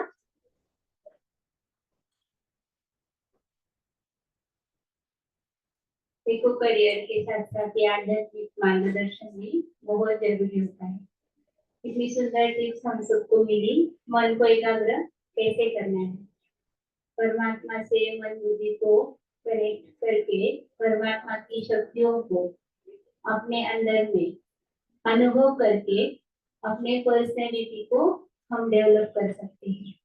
हम अपने आप को डेवलप नहीं करते हैं आध्यात्मिक रूप से, हमारे आंतरिक सौंदर्य को बढ़ा नहीं सकते हैं, इसलिए कि हम सभी का जो मनोबल है वो डाउन हो चुका है। कोई एक मोबाइल अगर डिस्चार्ज है तो उसको चार्ज करना है, हम पावर से चार्ज करते हैं, इसको लाइट से चार्ज करते हैं या तो पावर बैंक से चार्ज करते हैं, है ना। लेकिन पावर बैंक भी अगर डिस्चार्ज है तो नहीं हो सकता ना चार्ज। तो वैसे हमारे मन और बुद्धि को अगर चार्ज करना है तो उसके लिए परमात्मा एक पावर हाउस है, उनके साथ करीब रहने से हम ऑटोमेटिक चार्ज होते जाते हैं, अर्थात परमात्मा के जो गुण है वो हमारे अंदर आते जाते हैं। तो उससे हम अपने मन की सभी सकारात्मक इच्छाएं या मनोकामनाएं पूरी कर सकते हैं, है ना। तो इसलिए आज विशेष जो हमारे बीच में हत्ते सर आए थे और उन्होंने आप सबको करियर गाइडेंस के लिए जो मार्गदर्शन किया और साथ में आदरणीय मुकुल भाई जी ने भी हम सबको एकाग्रता के लिए जो टिप्स बताई, तो हम बहुत तहे दिल से आपका धन्यवाद करते हैं। सबसे पहले तो धन्यवाद परमात्मा का है जिनकी प्रेरणा से हमारा एक कार्यक्रम जो है आयोजन